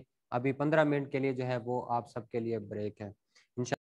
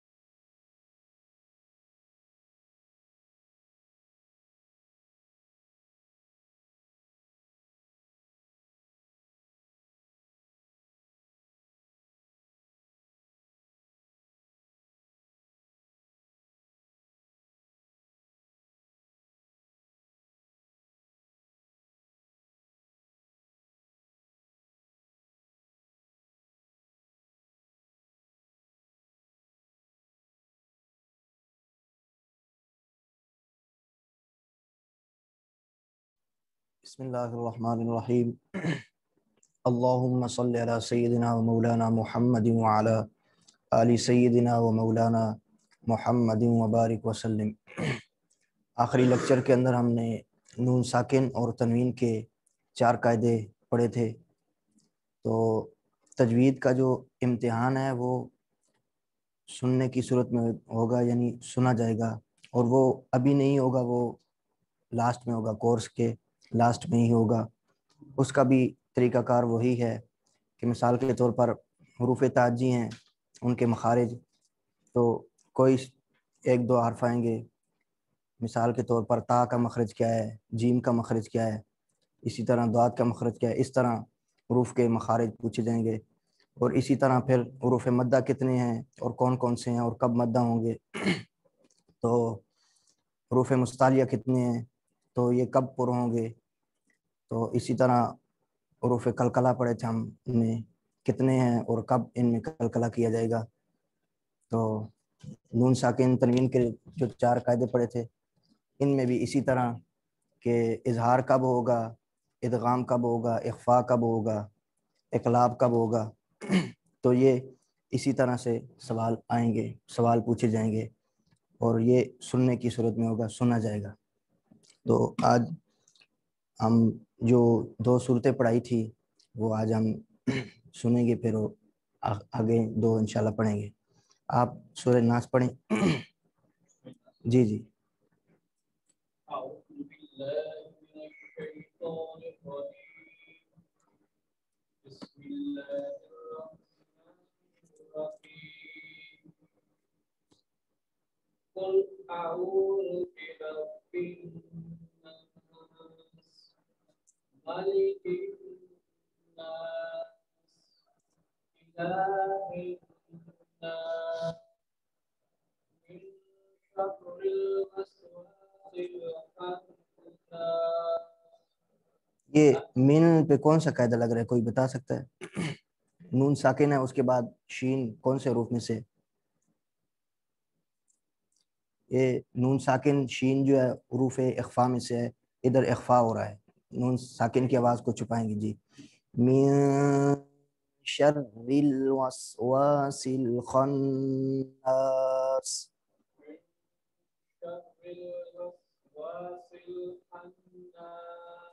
خن خا موٹا ہے۔ جی جی جی۔ الذي يوسوس في صدور الناس من الجنة والناس۔ جی آپ پڑھیں۔ بسم الله الرحمن الرحيم أعوذ برب الناس ملك الناس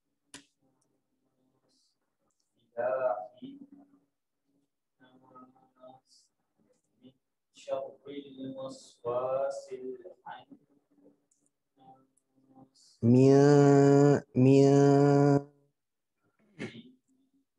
شر الوسواس الخناس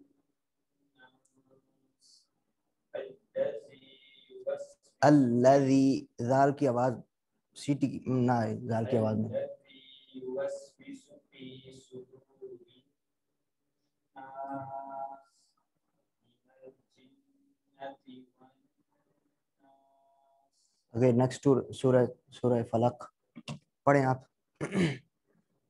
بسم الله الرحمن الرحيم قل أعوذ برب الفلق قل اعوذ برب الفلق۔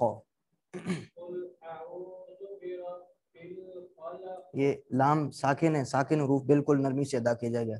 رب الفلق۔ رب الفلق جی من شر ما خلق جی۔ ومن شر غاسق إذا وقب ومن شر النفاثات في العقد ومن شر النفاثات في العقد۔ ومن شر النفاثات في العقد ومن شر حاسد إذا حسد جی آپ پڑھیں. الرحمن الرحيم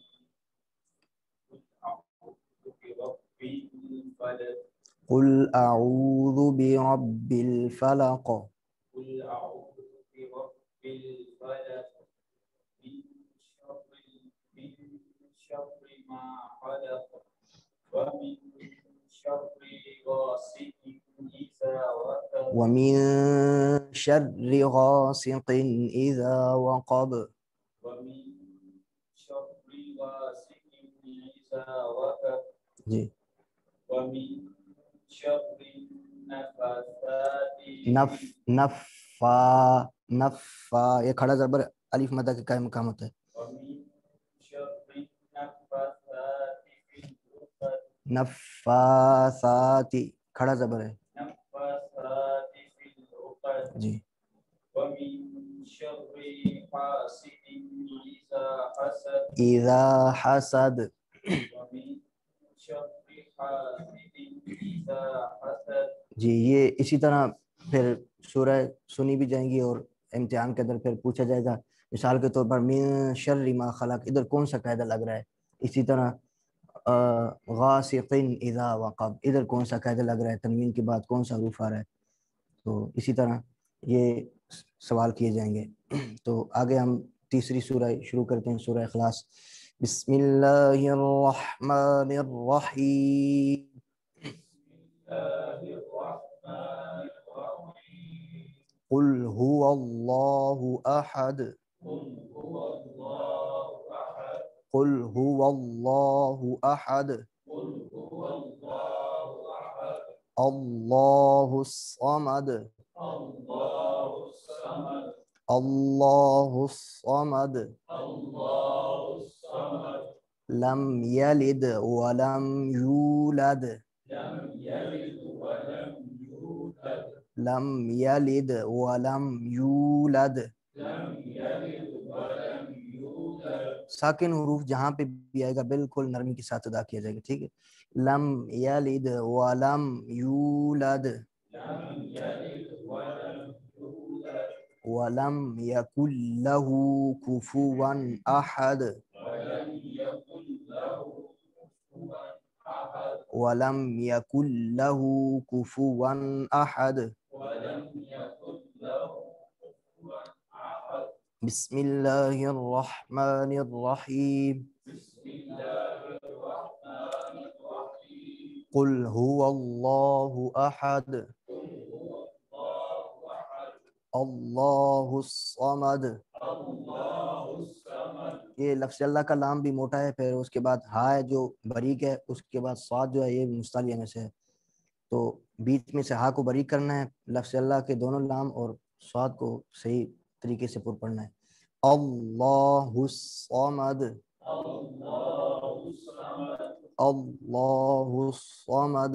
الله الصمد لم یلد ولم یولد لم يلد ولم يولد ولم یکن له کفوا احد. ولم يكن له كفوا أحد. بسم اللہ الرحمن الرحیم. بسم الله الرحمن الرحيم قل هو اللہ احد. قل هو الله أحد اللہ الصمد. الله الصمد اللہ الصمد. الله الصمد لم یلد ولم یولد لم يلد ولم يولد ولم یکن له کفوا احد. ولم يكن له كفوا أحد. آپ پڑھیں. بسم الله الرحمن الرحيم قل هو الله أحد قل هو اللہ احد. ہا اور حمزہ میں فرق ہے, ٹھیک ہے. قل هو الله أحد جی الله الصمد لم يلد ولم يولد ولم يكن له كفوا أحد. جی لم یلد ولم یولد, یہ دال ساکن ادھر کیا ہو رہا ہے, جی بالکل کلکلا ہو رہا ہے، دال کلکلا میں سے نا، حروف کلکلا میں سے، تو یہ ساکن ہے تو ادھر کلکلا ہو رہا ہے، ٹھیک ہے. لم یلد ولم یولد. لم یلد ولم یولد جی ولم یکن له کفوا احد. یہ لام بریک ہے. ولم یکن لہ کفوا احد. ولم یکن له کفوا احد. جی آپ پڑھیں. بسم اللہ الرحمن الرحیم. قل هو الله احد. قل هو اللہ احد. قل هو الله احد. جی حمزہ اور ہا کا مخرج ایک ہی ہے، اسی وجہ سے ان دونوں کو اس طرح ادا کریں کہ دونوں صحیح طریقے سے ادا ہوں، ٹھیک ہے. قل هو اللہ احد. اللہ نہیں، واو واو کے ساتھ ملائیں گے، لام کو واو کے ساتھ. قل هو اللہ احد. قل هو الله جی احد الله الصمد لم يلد ولم يولد ولم يكن له كفوا احد. نیکسٹ سورت. بسم اللہ الرحمن الرحیم. بسم الله الرحمن الرحيم. اذا جاء تبت يدا ابي لهب وتب. تبت يدا أبي لهب وتب. ابي لهب وتب. أبي لهب وتب. تبت يدا ابي لهب وتب. تبت يدا أبي لهب وتب. لهب وتب. یہ دیکھیں ادھر تنوین کے بعد وہ واو جو ہے حروف یرملون میں سے ادھر ادغام ہو رہا ہے، یرملون، ادغام یرملون ہو رہا ہے. لہب وتب. تبت یدا ابی لہب وتب.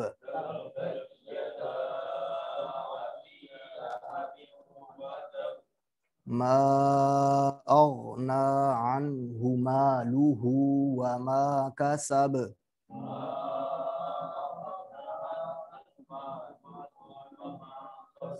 یہ کھڑا زبر جو ہے الف کے قائم مقام ہوتا ہے، ٹھیک ہے. تو الف مدہ جہاں پہ بھی ہوتا ہے ادھر ایک الف کے برابر مد کی جاتی ہے. ما اغنا ما اغنا عنه ماله وما كسب.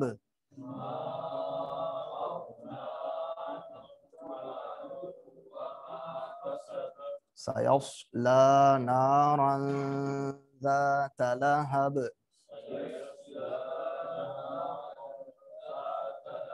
نارا ادھر کون سا قاعدہ لگ رہا ہے؟ تنوین ہے نا، اس کے بعد زال کون سے حروف میں سے؟ اخفا میں سے، اخفا میں سے زال اخفا میں سے ادھر اخفا ہو رہا ہے، ٹھیک ہے. سيصلى نارا ذات لهب.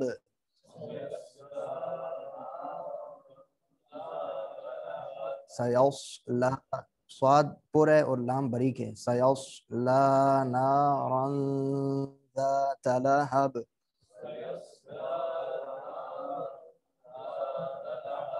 وامرأته حمالة الحطب.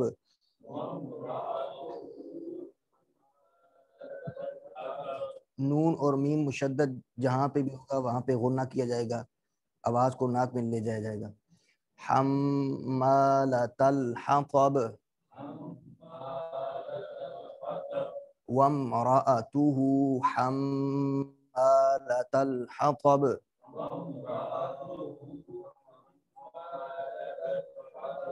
في جيدها حبل من مسد.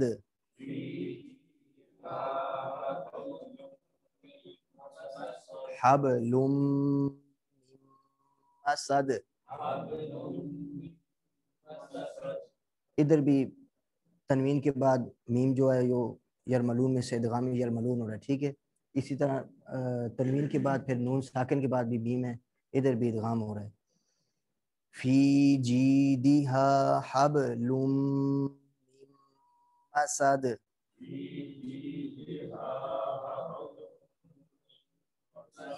فی جیدہا حبل من مسد.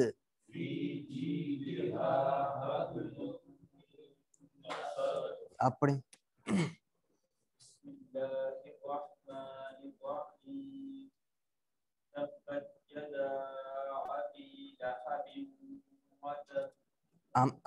حمزہ اور عین میں فرق ہے. عین کی آواز نہ ہے حمزہ میں, ٹھیک ہے. ابی لہب وتب.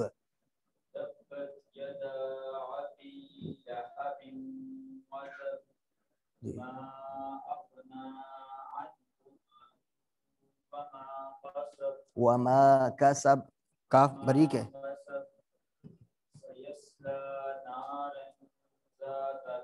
سیصلی نارا ذات لہب.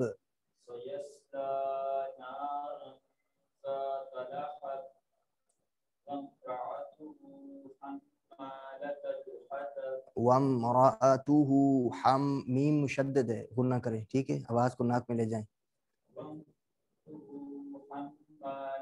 حمالة الحطب.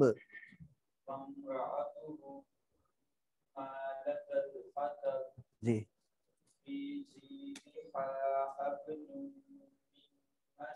فی جیدہا ہے, ٹھیک ہے. فی جیدہا حبل من مسد.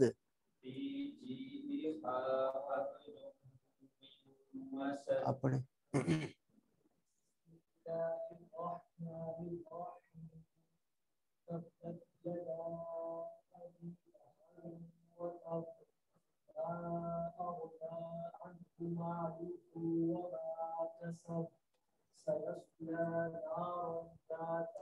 سیصلی, صاد جہاں پہ بھی آئے گا, حروف مستعلیہ جہاں پہ بھی آئیں گے ہونٹ گول نہیں ہوں گے, ٹھیک ہے. سیصلی نارا ذات لہب.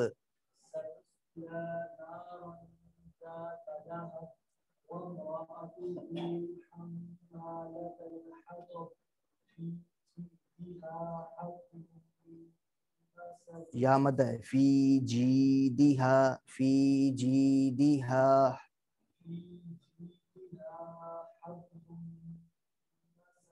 اب یہ با ساکن ہے نا, کلکلہ میں سے کلکلہ ہو رہا ہے. جی. حبل من مسد.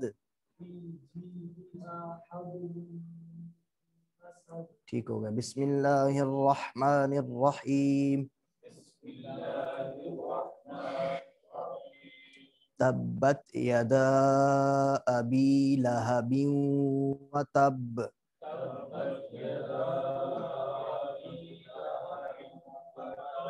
ابی لہب وتب. ما اغنى عنه ماله وما كسب.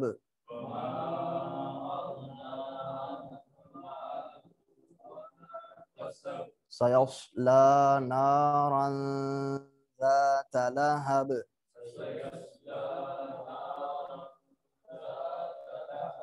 وامرأته حمالة الحطب.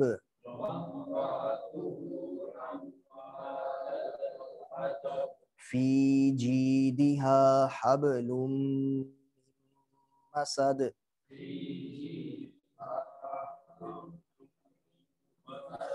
حبل, ادھر دونوں جگہ پہ ادغام یرملون ہو رہا ہے. پہلے تنوین ہے حبلم, اس کے بعد میم, دوسری جگہ نون ساکن کے بعد میم ہے. دونوں جگہ پہ ادغام یرملون ہو رہا ہے, ٹھیک ہے. حبلم مسد. ٹھیک ہو گئی. یہ دو صورتیں اسی طرح مشق کرنی ہے, کوشش کرنی ہے پیچھے والی دو بھی چاروں کو ملا کر مشق کریں اور ان کو پھر صحیح طرح سے پڑھنا ہے. تو اگلے لیکچر کے اندر ہم اگلی والی دو صورتیں اور پھر نون ساکن تنوین کے قاعدے پڑھ لیے ہم نے, 4 قاعدے تھے. اور اگلے لیکچر کے اندر ہم میم ساکن کے قاعدے پڑھیں گے. میم ساکن کی 3 قاعدے ہیں. تو یہ ہم پڑھیں گے اگلے لیکچر کے اندر. جی جی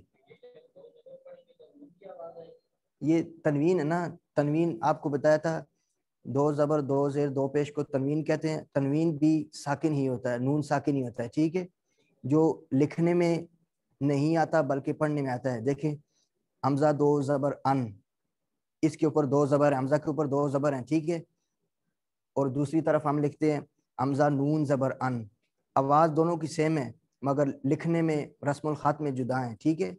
نون ساکن وہ ہے جو لکھنے میں بھی آتا ہے اور پڑھنے میں بھی آتا ہے. تنوین وہ ساکن ہے, نون ساکن ہے جو لکھنے میں نہیں آتا پڑھنے میں آتا ہے.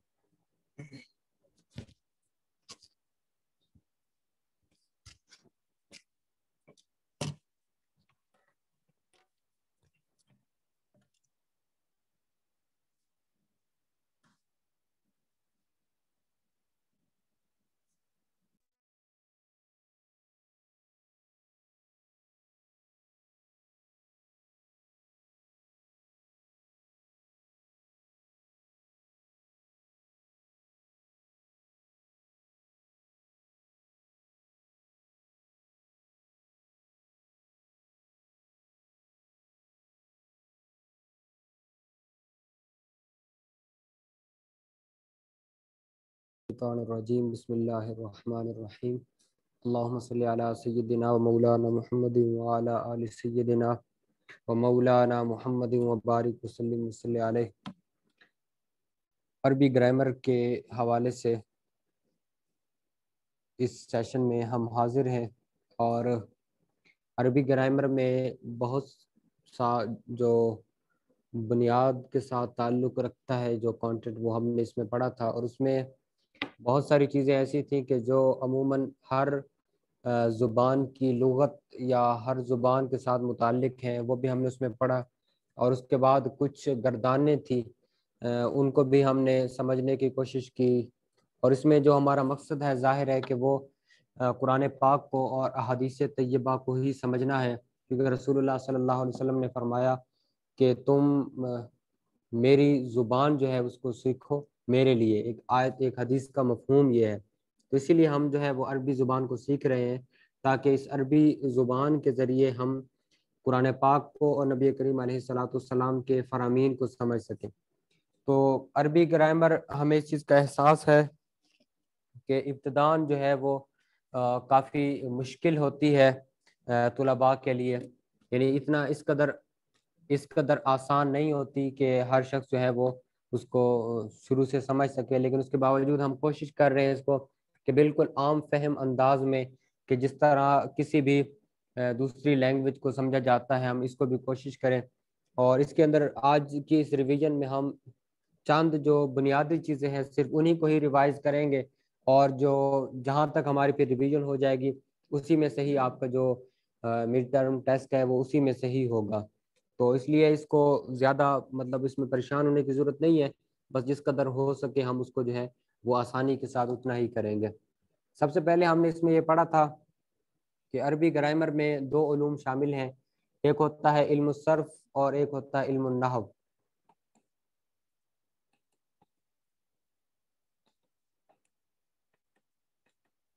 علم الصرف اور علم النحو, اور اس میں سب سے پہلے یہ ساری بنیاد کی چیزیں ہم نے پڑھی تھی کہ جب بھی کوئی لفظ یعنی جو بھی ہمارے منہ سے نکلتا ہے اس کو لفظ کہتے ہیں, اور اس لفظ کی دو قسمیں ہو سکتی ہیں, یا وہ کلمہ ہوگا یا محمل ہوگا.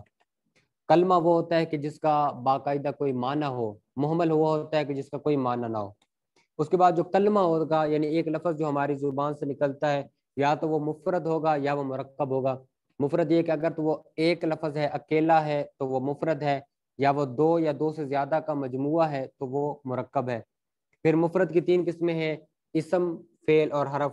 یہ ہم نے پڑھا تھا. اسم کسی بھی چیز کا جو نام ہوتا ہے اس کو اسم کہتے ہیں. فعل جس کو آپ انگلش میں ورب کہتے ہیں, یہ کسی بھی کام کے ہونے یا واقع ہونے کو جو بیان کیا جاتا ہے اس کو فعل کہتے ہیں.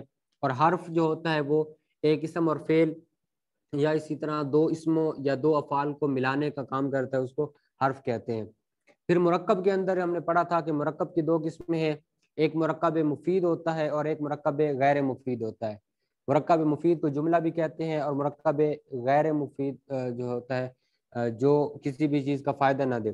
مرکب مفید سے مراد یہ وہ چیز ہوتی ہے کہ ایسی دو چیزوں کا مجموعہ کہ جس کو سمجھنے کے بعد جو سننے والا ہے اس کو مزید کسی چیز کی طلب باقی نہ رہے، یعنی اس کا جو کنسیپٹ ہے وہ کلیئر ہو جائے اور اس کو بات جو ہے وہ مکمل طور پر سمجھ آ جائے۔ جیسا کہ اگر کوئی کہے کہ اللہ احد، اللہ ایک ہے، تو اب اس جملے کا جو کنسیپٹ ہے جو وہ کہنا چاہ رہے ہیں وہ مکمل ہے، ٹھیک ہے، اس میں مزید کسی چیز کی بھی سننے کی ضرورت نہیں ہے کیونکہ بات کہنے کے ساتھ سمجھ آ گئی۔ لیکن مرکب غیر مفید وہ ہوتا ہے کہ جس میں جو کنسیپٹ ہے جملے کا وہ پورا نہ ہو، بلکہ جو سننے والا ہے وہ مزید بھی اس حوالے سے کچھ سننا چاہے۔ جیسے اگر کوئی کہے الطالب الذکی، کہ حالانکہ یہ دو لفظ ہیں، یہ مرکب ہے، مطلب ذہین طالب علم، لیکن اب ذہین طالب علم کے حوالے سے وہ کیا بتانا چاہ رہا ہے یہ مفہوم کیونکہ کلیئر نہیں ہے، اس لیے اس کو مرکب غیر مفید کہتے ہیں۔ پھر مرکب غیر مفید کی دو قسمیں تھیں، ہم نے پڑھا تھا کہ یا تو وہ مرکب اضافی ہوگا، مرکب اضافی اضافت کہتے ہیں نسبت کو، یعنی جس میں وہ دو لفظ کے جن میں درمیان میں نسبت پائی جائے، جسے پوزیشن پائی جائے، ملکیت پائی جائے، اس کو مرکب اضافی کہتے ہیں۔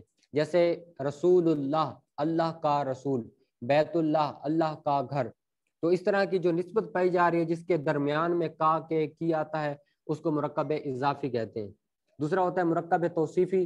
مرکب توصیفی وہ مرکب ہوتا ہے کہ جس میں کسی بھی چیز کی صفت بیان کی جاتی ہے، تو توصیف کیونکہ یہ صفت سے نکلا ہے، جس میں پہلا جو لفظ ہے وہ موصوف ہوگا اور جو بعد والا ہے وہ صفت ہوگا، تو جہاں پر موصوف اور صفت بیان کیے جائے اس کو مرکب توصیفی کہتے ہیں۔ یہ وہ ساری چیزیں جو بھی ہم نے ذکر کیا یہ ان کی تعریفات آپ کے سامنے۔ یہ مرکب اضافی ہے وہ مرکب جس میں ایک لفظ کی نسبت دوسرے لفظ کی طرف کی گئی ہو، یا ایک اسم کا دوسرے اسم کے ساتھ تعلق قائم کیا گیا ہو۔ یہ اس کی مثالیں ہیں حبیب اللہ، لیلۃ القدر، یعنی ان کے درمیان میں کا کے کی اور آتا ہے۔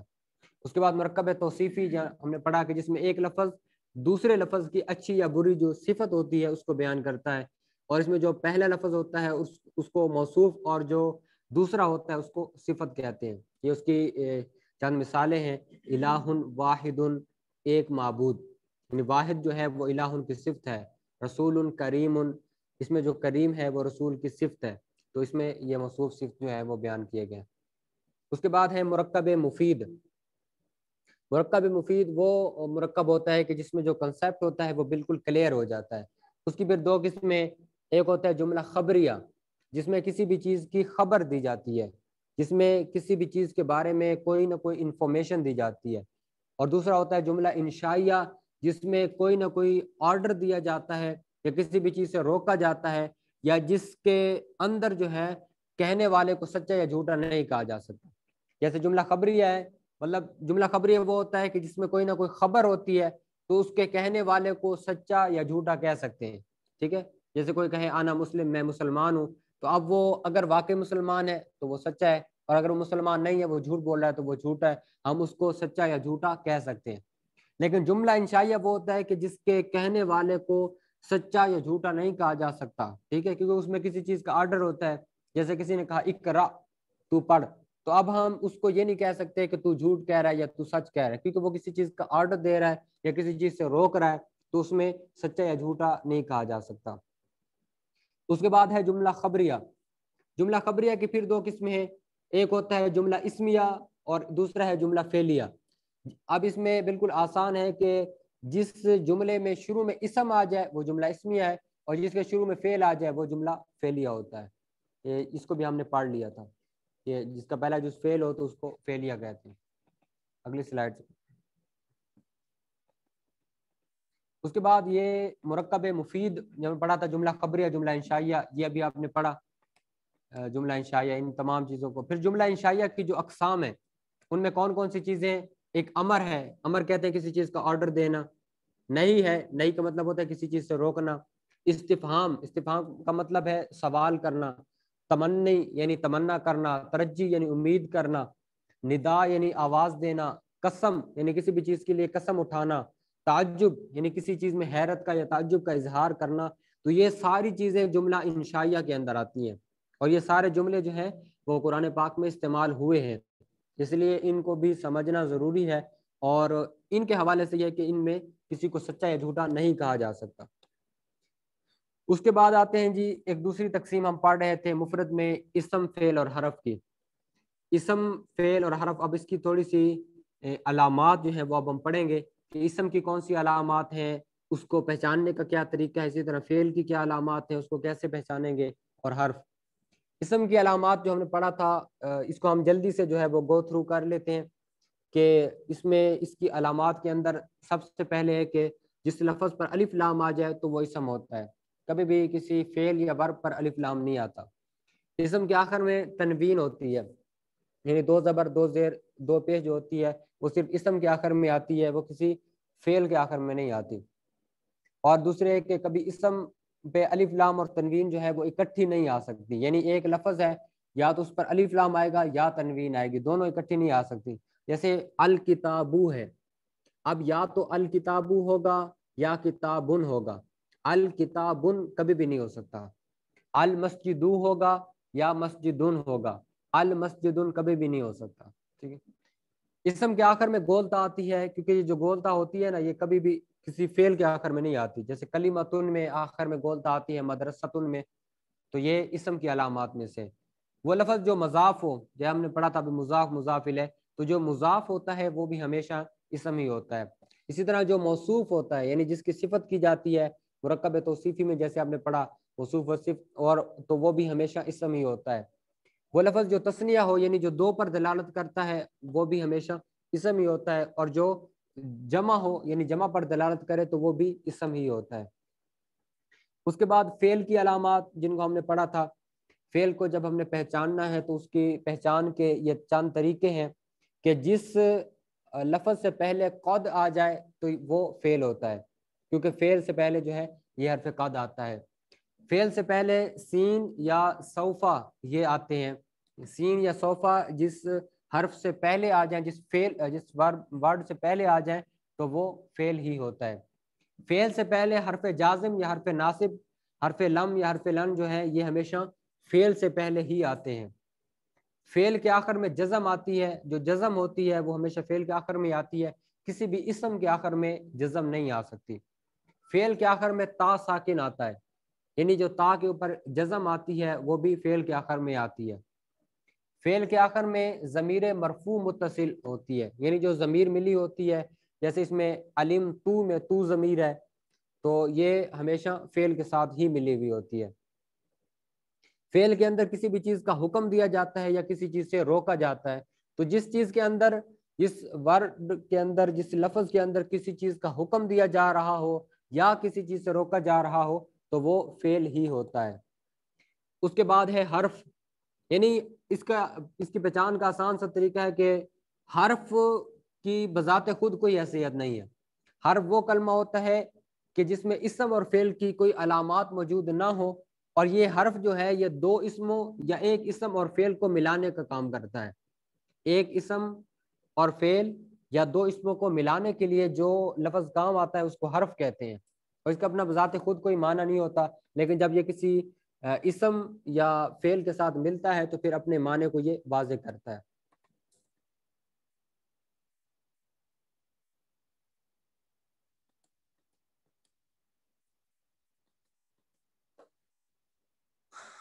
افراد کے اعتبار سے اسم کی اقسام، یعنی جو واحد تثنیہ جمع ہوتا ہے اس میں عربی کے اندر یہ تین استعمال ہوتی ہیں، اردو میں دو ہی ہوتی ہیں، واحد اور جمع، اور انگلش میں بھی دو ہوتی ہیں، سنگولر پلورل، اور لیکن عربی کے اندر تین ہوتا ہے، واحد ہوتا ہے، پھر تثنیہ یعنی دو کے لیے الگ ہوتا ہے، اور پھر اس کے بعد جمع ہوتا ہے۔ واحد وہ ہوتا ہے جو ایک پر دلالت کرے، تثنیہ وہ ہوتا ہے جو دو پر دلالت کرے، اور جو تین یا تین سے زیادہ پر دلالت کرے اس کو جمع کہتے ہیں۔ جمع کی پھر دو قسمیں ہیں، ایک ہوتا ہے جمع سالم اور ایک ہوتا ہے جمع مکسر۔ جمع سالم وہ جمع ہے کہ جس کی واحد سے جمع بناتے وقت اس کا جو واحد کا صیغہ ہے وہ سلامت رہے، ٹھیک ہے۔ جیسے عامل ہے، اب عامل کی ہم نے جب جمع بنانی ہے تو اس کے آخر میں ہم واو اور نون لگا دیں گے تو یہ عاملون بن جائے گا، ٹھیک ہے۔ تو اس کا واحد کا صیغہ کیونکہ سلامت رہا اس لیے اس کو جمع سالم کہتے ہیں۔ اور جمع مکسر وہ ہوتا ہے کہ جس کی واحد سے جمع بناتے وقت واحد کا صیغہ سلامت نہ رہے، ٹھیک ہے، جیسے کتابن سے کتابن کی جمع ہے کتبن، تو کتابن میں تو تا کے بعد الف تھا جو کہ جمع میں نہیں ہے، ٹھیک ہے، تو اس لیے یہ ٹوٹ گیا ہے، اس لیے اس کو جمع مکسر کہتے ہیں۔ جنس کے اعتبار سے جیسے دیگر زبانوں میں ہوتا ہے، عربی میں بھی اسی طرح دو قسمیں ہوتی ہیں، ایک مذکر ہوتا ہے اور ایک مؤنث ہوتا ہے۔ مذکر وہ ہوتا ہے کہ جس میں تانیث کی علامت نہ ہو، مؤنث کی جس میں کوئی علامت نہ ہو وہ مذکر ہوگا، اور جس میں مؤنث کی علامات موجود ہو وہ مؤنث ہوگا۔ اور مؤنث کی علامات یہ 3 علامات ہیں، یعنی لفظی طور پر جب ہم نے مذکر اور مؤنث کو پہچاننا ہے تو اس کی پہچان کی یہ 3 علامات ہیں کہ گول تا جس لفظ کے آخر میں آئے گا وہ مؤنث ہوگا، الف مقصورہ یعنی یا کے اوپر جو کھڑی زبر ہوتی ہے اس کو الف مقصورہ کہتے ہیں، جیسے عظما، حمرا، تو اس کے اندر جو یا کے اوپر کھڑی زبر ہو اس کو الف مقصورہ کہتے ہیں، اور جس لفظ پر یہ آئے گا وہ مؤنث ہی ہوگا، یعنی یہ مؤنث کو پہچاننے کا طریقہ ہے۔ الف ممدودہ یعنی جو الف کے بعد حمزہ آتا ہے جیسے حمراء، تو اس کو جو ہے وہ الف ممدودہ کہتے ہیں، اور یہ بھی تانیث کی علامات میں سے، یہ ان کی وضاحت موجود ہے یہاں پر، ان کو آپ یہاں سے دیکھ سکتے ہیں۔ اس کے بعد مؤنث کی 2 اقسام ہے جی، ایک مؤنث حقیقی ہوتا ہے، یعنی جو مؤنث حقیقی کون سا ہے؟ مؤنث حقیقی وہ ہے کہ جس کے مقابلے میں کوئی نر جانور ہو، یعنی جس میں مذکر مؤنث کا جو جانداروں میں فرق ہوتا ہے اسی طرح فرق موجود ہو تو اس کو مؤنث حقیقی کہتے ہیں۔ ایک وہ ہوتا ہے مؤنث لفظی، مؤنث لفظی وہ ہوتا ہے کہ جس میں ہم لفظوں میں پہچانتے ہیں کہ یہ لفظ مؤنث ہے یا یہ لفظ مؤنث ہے، جیسے مذکر، جیسے ظلمتن اندھیرا، اب اندھیرے میں مذکر مؤنث کیا ہوگا، لیکن کیونکہ ظلمتن عربی کے اندر اس میں آخر میں گول تا آتا ہے، تو جس لفظ کے آخر میں گول تا آئے تو جب ہم نے اس کو لکھنا ہے تو اس کو مؤنث کے اعتبار سے لکھنا ہے، لہٰذا اس کو جو ہے وہ مؤنث کہا جاتا ہے، یعنی جو لفظی علامات جس میں پائی جائیں تو اس کو مؤنث لفظی کہا جاتا ہے۔ تعریف و تنکیر یعنی معرفہ یا نکرہ ہونے کے اعتبار سے بھی اس کی 2 قسمیں، ایک معرفہ اور دوسری نکرہ۔ معرفہ وہ ہوتا ہے کہ جو کسی خاص چیز پر دلالت کرے، ٹھیک ہے، کسی خاص شخص پر، کسی خاص شہر پر، خاص جگہ پر دلالت کرے تو اس کو معرفہ کہتے ہیں، اور نکرہ وہ ہوتا ہے کہ جو غیر معین ہو، یعنی اس میں تعیین نہ ہو، اس میں کوئی بھی مراد ہو سکتا ہے تو اس کو نکرہ کہتے ہیں۔ اور اس کے جو عربی کے اندر استعمال ہوتے ہیں معرفہ نکرہ، وہ اس میں یہ ہے علم، کسی بھی چیز کا جو نام ہوتا ہے، چاہے وہ شخص کا نام ہے، جگہ کا نام ہے، کسی بھی چیز کا جو نام ہوگا وہ معرفہ ہوگا۔ ضمیر جو استعمال ہوتی ہے، یعنی اردو میں ہم جس کو کہتے ہیں وہ، یہ مطلب جو نام کی جگہ پر جو لفظ استعمال ہوتا ہے اس کو ضمیر کہتے ہیں، تو وہ بھی ہمیشہ معرفہ ہوتا ہے۔ اس کے بعد ہے اسم موصول۔ اسم موصول وہ اسم ہوتا ہے جو 2 اسموں کو جوڑنے کا کام کرتا ہے، اور یہ بھی ہمیشہ معرفہ ہی ہوتا ہے۔ اس کے بعد ہوتا ہے اسم اشارہ، اشارہ جو ہم کرتے ہیں، ذالکا وہ، دل کا، تو یہ سارے جو اشارات ہیں یہ بھی معرفہ ہی ہوتے ہیں۔ اس کے بعد ہے معرف باللام، جس عربی کے لفظ کے ساتھ الف لام لگ جائے تو وہ نکرہ سے معرفہ بن جاتا ہے، ٹھیک ہے، یعنی جیسے مسجدن یہ نکرہ ہے، اب ہم نے اس کو معرفہ بنانا ہے تو ہم اس کے شروع میں الف لام لگا دیں گے، جب اس کے ساتھ الف لام لگ جائے گا تو المسجد، اب یہ نکرہ نہیں رہا بلکہ یہ معرفہ بن گیا، اور اس سے مراد کوئی خاص مسجد ہے۔ اس کے بعد ہے معرف بالاضافت۔ معرف بالاضافت یہ ان سب کی جو ہے وہ وضاحت یہاں پر موجود ہے کہ جو کسی معرفہ کی طرف مضاف ہو اس کو وہ بھی نکرہ جو ہے وہ معرفہ بن جاتا ہے، یعنی جب کسی نکرہ کو کسی معرفہ کی طرف مضاف کر دیا جائے، اس کی نسبت کر دی جائے تو وہ بھی معرفہ بن جاتا ہے، جیسے قلم و زیدن، زید کا قلم، اب قلم تو ایک نکرہ تھا لیکن جب اس کی نسبت ایک خاص شخص کی طرف ہو گئی تو پھر وہ بھی جو ہے وہ عام سے خاص بن گیا۔ اس کے بعد ہے معرف بالندا، یعنی جس کو ندا دے کر پکارا جائے تو اس کو بھی وہ بھی معرفہ بن جاتا ہے، یعنی رجل ایک نکرہ ہے، جب اس کے ساتھ یا لگا دیا جائے گا تو اس سے مراد کوئی خاص شخص ہوگا اور پھر وہ بھی معرفہ بن جائے گا۔ اتنا کافی عربی گرامر کری یا ایک اور سلائیڈ کر لیں؟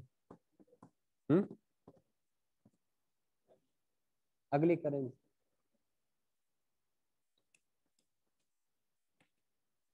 بس یہ آخر کرتے ہیں، پھر اس کے بعد اس کو ختم کرتے ہیں۔ فعل کے حوالے سے جو چیز ہم نے پڑھا تھا کہ ویسے تو باقی جو جتنی بھی زبانیں ہیں، ہماری اردو ہے یا انگلش ہے، اس میں کسی بھی زمانے کے لیے 3 حالات ہوتے ہیں، یا ماضی جس کو انگلش میں پاسٹ کہتے ہیں، حال ہوتا ہے، پریزنٹ جس کو کہتے ہیں، اور اس طرح مستقبل یا فیوچر ہوتا ہے.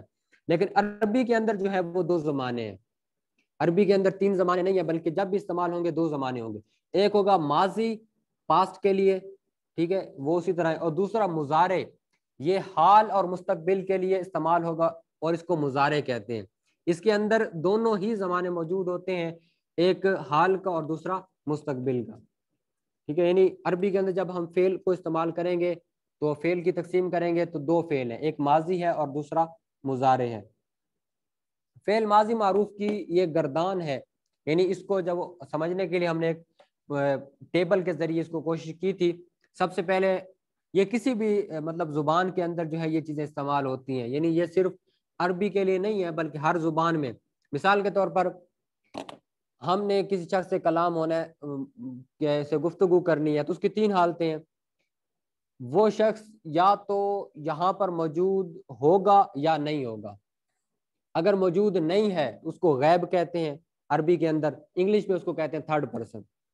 ٹھیک ہے، اور اب وہ جو یہاں پر موجود نہیں ہے پھر اس کی دو حالتیں، یا تو وہ مذکر ہوگا یا مؤنث ہوگا. ٹھیک ہے، اب وہ مذکر مؤنث، پھر اس کی دیگر زبانوں میں دو حالتیں اور عربی میں تین ہے. عربی میں کیا، پھر وہ یا تو ایک ہوگا یا وہ دو ہوں گے یا وہ تین یا تین سے زیادہ ہوں گے. ٹھیک ہے، اس طرح یہ 6 صیغے کس کے ہو گئے، غیب کے.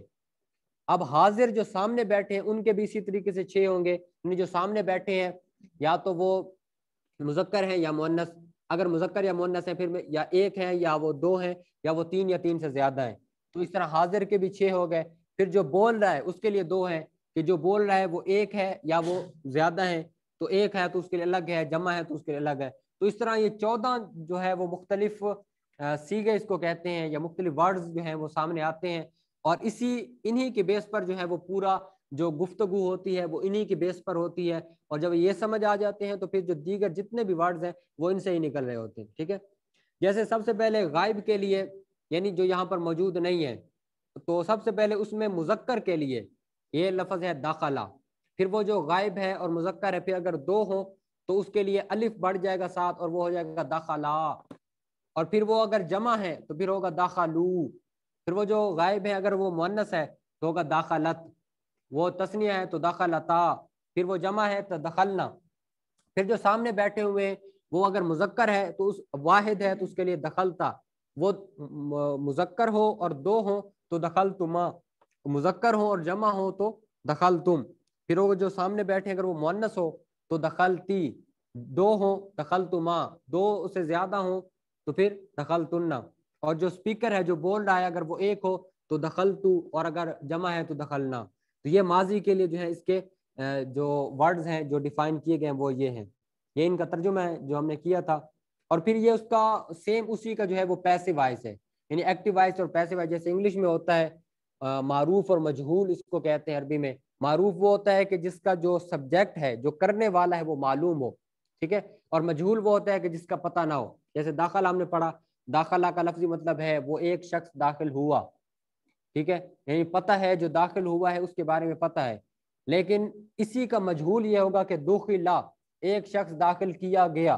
اب نہیں پتہ کون داخل کیا گیا، یعنی جس کا سبجیکٹ کا یا فائل کا پتہ نہ ہو اس کو مجہول کہتے ہیں. یہ بھی سیم اسی طرح ہی ہے، بس اس کا اندر تھوڑا سا فرق یہ ہے کہ اس کا جو پہلا حرف ہوگا اس پہ پیش ہوگی اور جو دوسرا ہوگا اس کے نیچے زیر ہوگی. جیسے دخلا، دخلا، دخلو، دخلت. تو ان کو بھی آپ پڑھ لیں گے کیونکہ یہ ہم پہلے یہاں سے گزر چکے ہیں. اس گردان کا جو ہے وہ ترجمہ ہے، اور اتنا کافی ہے عربی گرامر کے لیے، کیونکہ تھوڑا مشکل بھی ہوتا ہے سمجھنا بھی اور تھوڑا سا نسبتاً ٹف بھی ہے. تو اس لیے کوشش کریں کہ جہاں تک ہم نے پڑھا ہے اس کو ریوائز کر لیں اچھے طریقے سے، تاکہ دوبارہ یعنی اگلا ہفتہ تو کیونکہ امتحان بھی ہوگا تو ساتھ میں ہم کچھ نہ کچھ پڑھیں گے پھر بھی، تو تاکہ ہم دوبارہ جب آئیں تو ہم یہاں سے ہی آگے بڑھیں اور جو چیزیں ہم پہلے پڑھ چکے ہیں ہمیں ان کو ریوائز کروانے کی جو ہے وہ ضرورت نہ پیش آئے. اللہ تبارک و تعالی ہم سب کی جو یہ کاوش ہے دین سیکھنے کی، اللہ تعالیٰ اس کو قبول کرے اور ہم سب کو جو ہے وہ دین سیکھ کر خاص طور پر اس پر عمل کرنے کی بھی توفیق عطا فرمائے. اگلے ہفتے کے لیے خاص طور پر ذہن میں رکھیں کہ اس میں 2 آپ کے سبجیکٹس کا جو امتحان ہے وہ ہفتے کے دن ہوگا. اور 2 کا جو ہے وہ اتوار کے دن ہوگا، لیکن ساتھ میں کچھ لیکچرز بھی ہوں گے جو روٹین کے مطابق، تاکہ جو ہماری روٹین ہے وہ بھی چلتی رہے۔ تو جتنا آپ کو باقی دیگر اساتذہ نے جو ہے وہ ریوائز کروایا ہے، اسی کے مطابق جو ہے وہ اپنی تیاری بھی کریں، ساتھ ساتھ ٹائم دیں دین سیکھنے کے لیے، دیگر کاموں کے لیے تو ٹائم نکالتے ہیں، تو یقیناً اس کو بھی جو ہے وہ ہمیں وقت دینا چاہیے۔ اور اس کے علاوہ بھی اگر کوئی بھی مشکل ہو، کبھی بھی کسی چیز کی سمجھ نہیں آتی، تو ڈیورنگ دا ویک کسی بھی وقت آپ ہم سے رابطہ کر سکتے ہیں، ہم ہر وقت جو ہے وہ آپ کی خدمت کے لیے جو ہے یہاں موجود ہیں۔ اللہ تعالی ہم سب کو اپنے دین کی جو ہے وہ خدمت کرنے کی توفیق عطا فرمائے۔ والسلام علیکم ورحمۃ اللہ وبرکاتہ۔